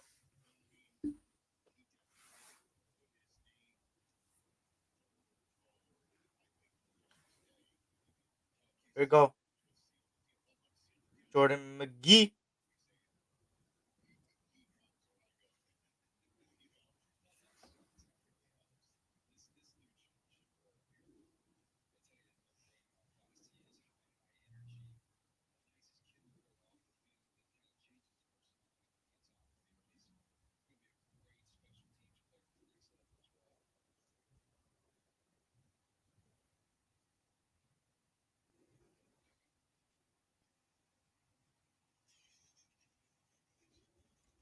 A 455.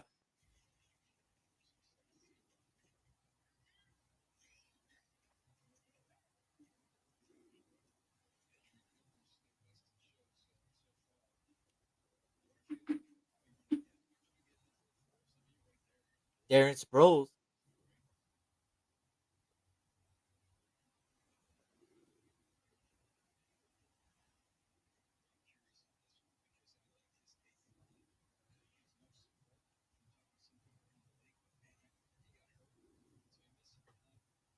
Darius Muasau from UCLA. 5'11", 225.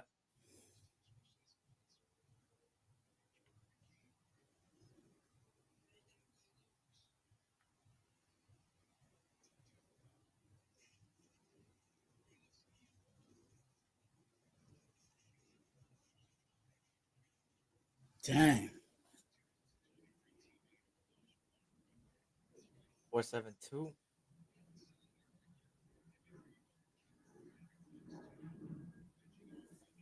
Jordan McGee. The 4.5. Mm-hmm.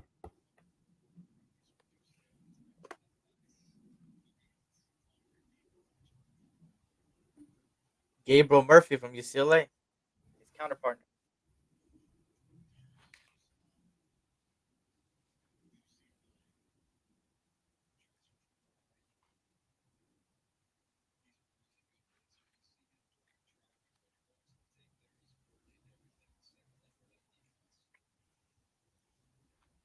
469.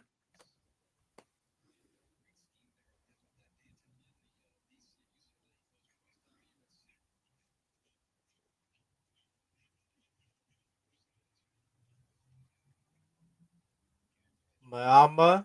I can't even say that name. From Wisconsin. I haven't got to him yet. Yeah, I'm not gonna even try to say it. 494. I think that's like the worst time.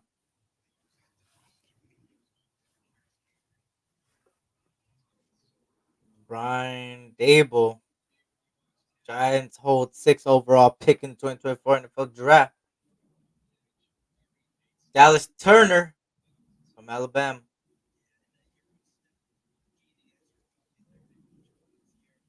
Okay, Gabriel Murphy.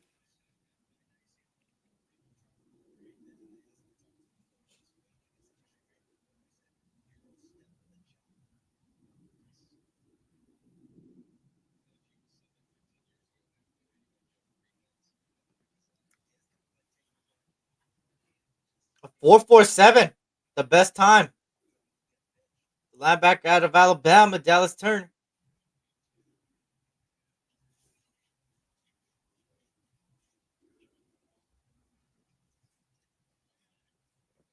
A 447, bro. For a linebacker, that's amazing.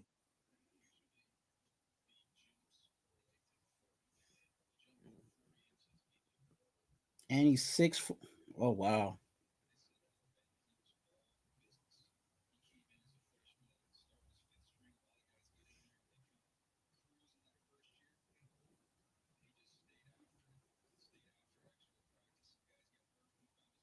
4.56 for a Doofin from Washington.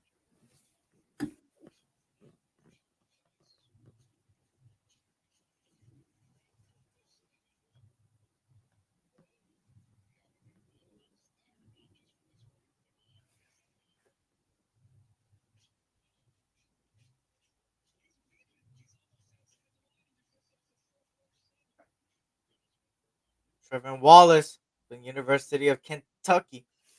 Hey, the Dallas Turner, he could have ran that faster too. Yeah, he could have.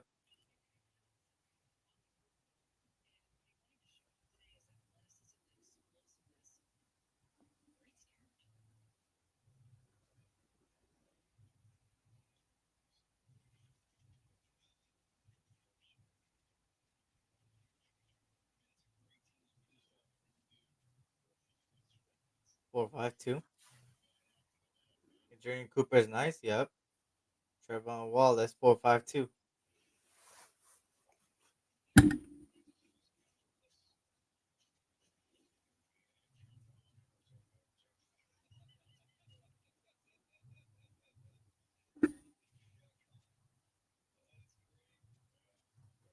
Nathaniel Watson.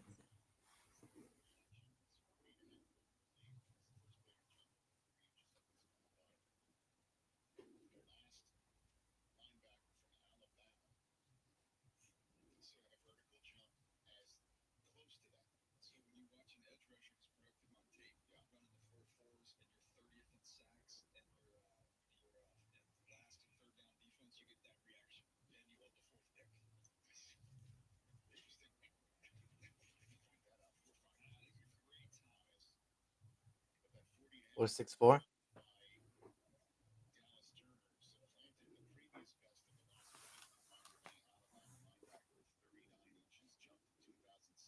Peyton Wilson.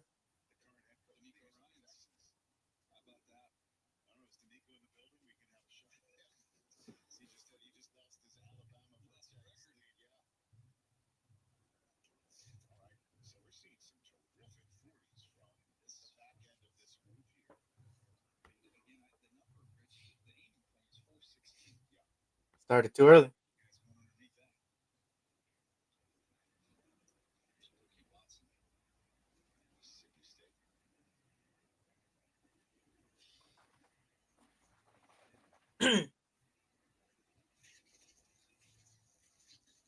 Well, Twan, it's about to be that time. Yeah, man. You feel me? AP. Yep. Hey, our coaches out there handling business, and I Yep. think, and whether it's a podcast, whether it's an interview, whether it's he's business, Now, how he goes about his business, some people don't like that, but it's business, Back. and we got to like that about him, that he can be himself, but also conduct business.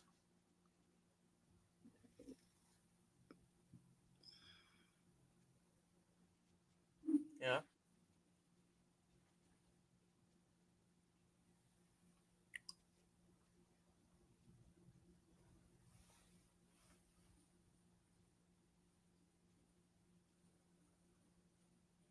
Damn, a 4.44. Damn.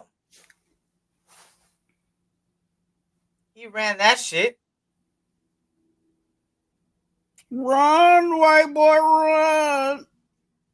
Nah, he ran a 4.44, bro. You talking about Peyton Wilson? Yeah. Yeah. All right, well, y'all.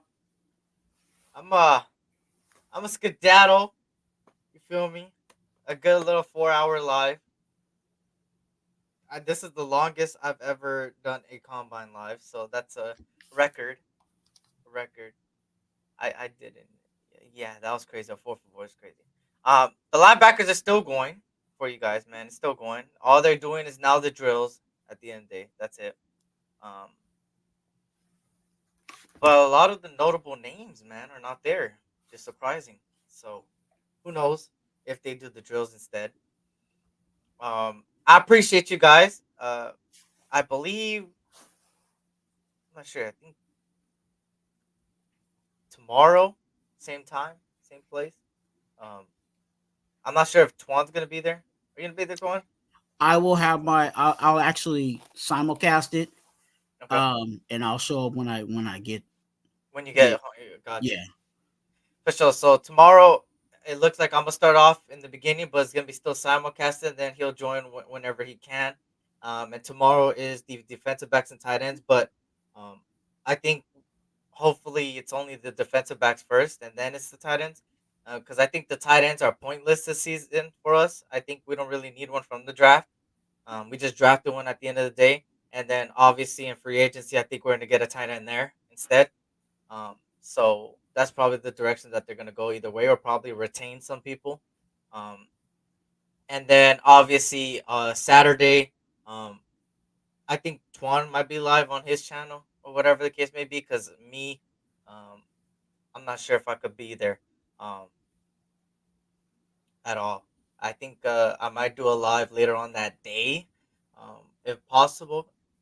If not, I'll try to crack a YouTube short to just review it or something. But I think most likely I should be able to do like an hour live later on in that day. I'm not sure. Stay tuned for that. I got a lot going on Saturday. And then Sunday I will be live, which is in the AM, and I think Tom will be there too. It's in the AM. I don't know how early it is. I think it's like 9 a.m. some shit like that. So we'll see about that. But tomorrow we'll be here, same time, same place. I think it's at the same time. So yeah, stay tuned for that. And both links in the description. Anything you want to say, Tom, before we head out? Man, you guys, I'm saying this for both channels. Subscribe, okay? You guys been watching. Come on over, subscribe. Get involved. Get involved with this. We definitely gonna take you through this journey of the combine together, and we're gonna talk a little bit of the Raider stuff too. So definitely come in, have your comments, have your questions, and we're gonna answer all that the best way we can to our knowledge. And again, me and him have been doing this for a couple of years now, so we know a little bit that we can share with you guys. So definitely, you do not want to miss that, and you want to subscribe to both channels, SC Raiders Talk, and then also my channel, Raider Twuan. Facts, man. And of course, guys, hit that like button on the way out, man. Hit that like button after, whatever the case may be. Even drop a comment after if you guys can. Help the algorithm and help push out, man. So appreciate you guys. Blessings to you guys and your families. Tough to never last, but tough people doing. You guys are some tough people, man. And you already know life is short. Always tell your loved ones you love them. This was another episode 2 for 1 Nation podcast. We'll be back tomorrow, same time, same place. Defensive backs, tight ends tomorrow, but most likely defensive backs only. And we will catch you on the flip side. So on that note, y'all, this was SC Raiders Talk and your boy Raider Twuan for another 2 for 1 Nation podcast, man. And we are out. Peace. Is the will to win. Is the will to win. Your commitment to excellence and your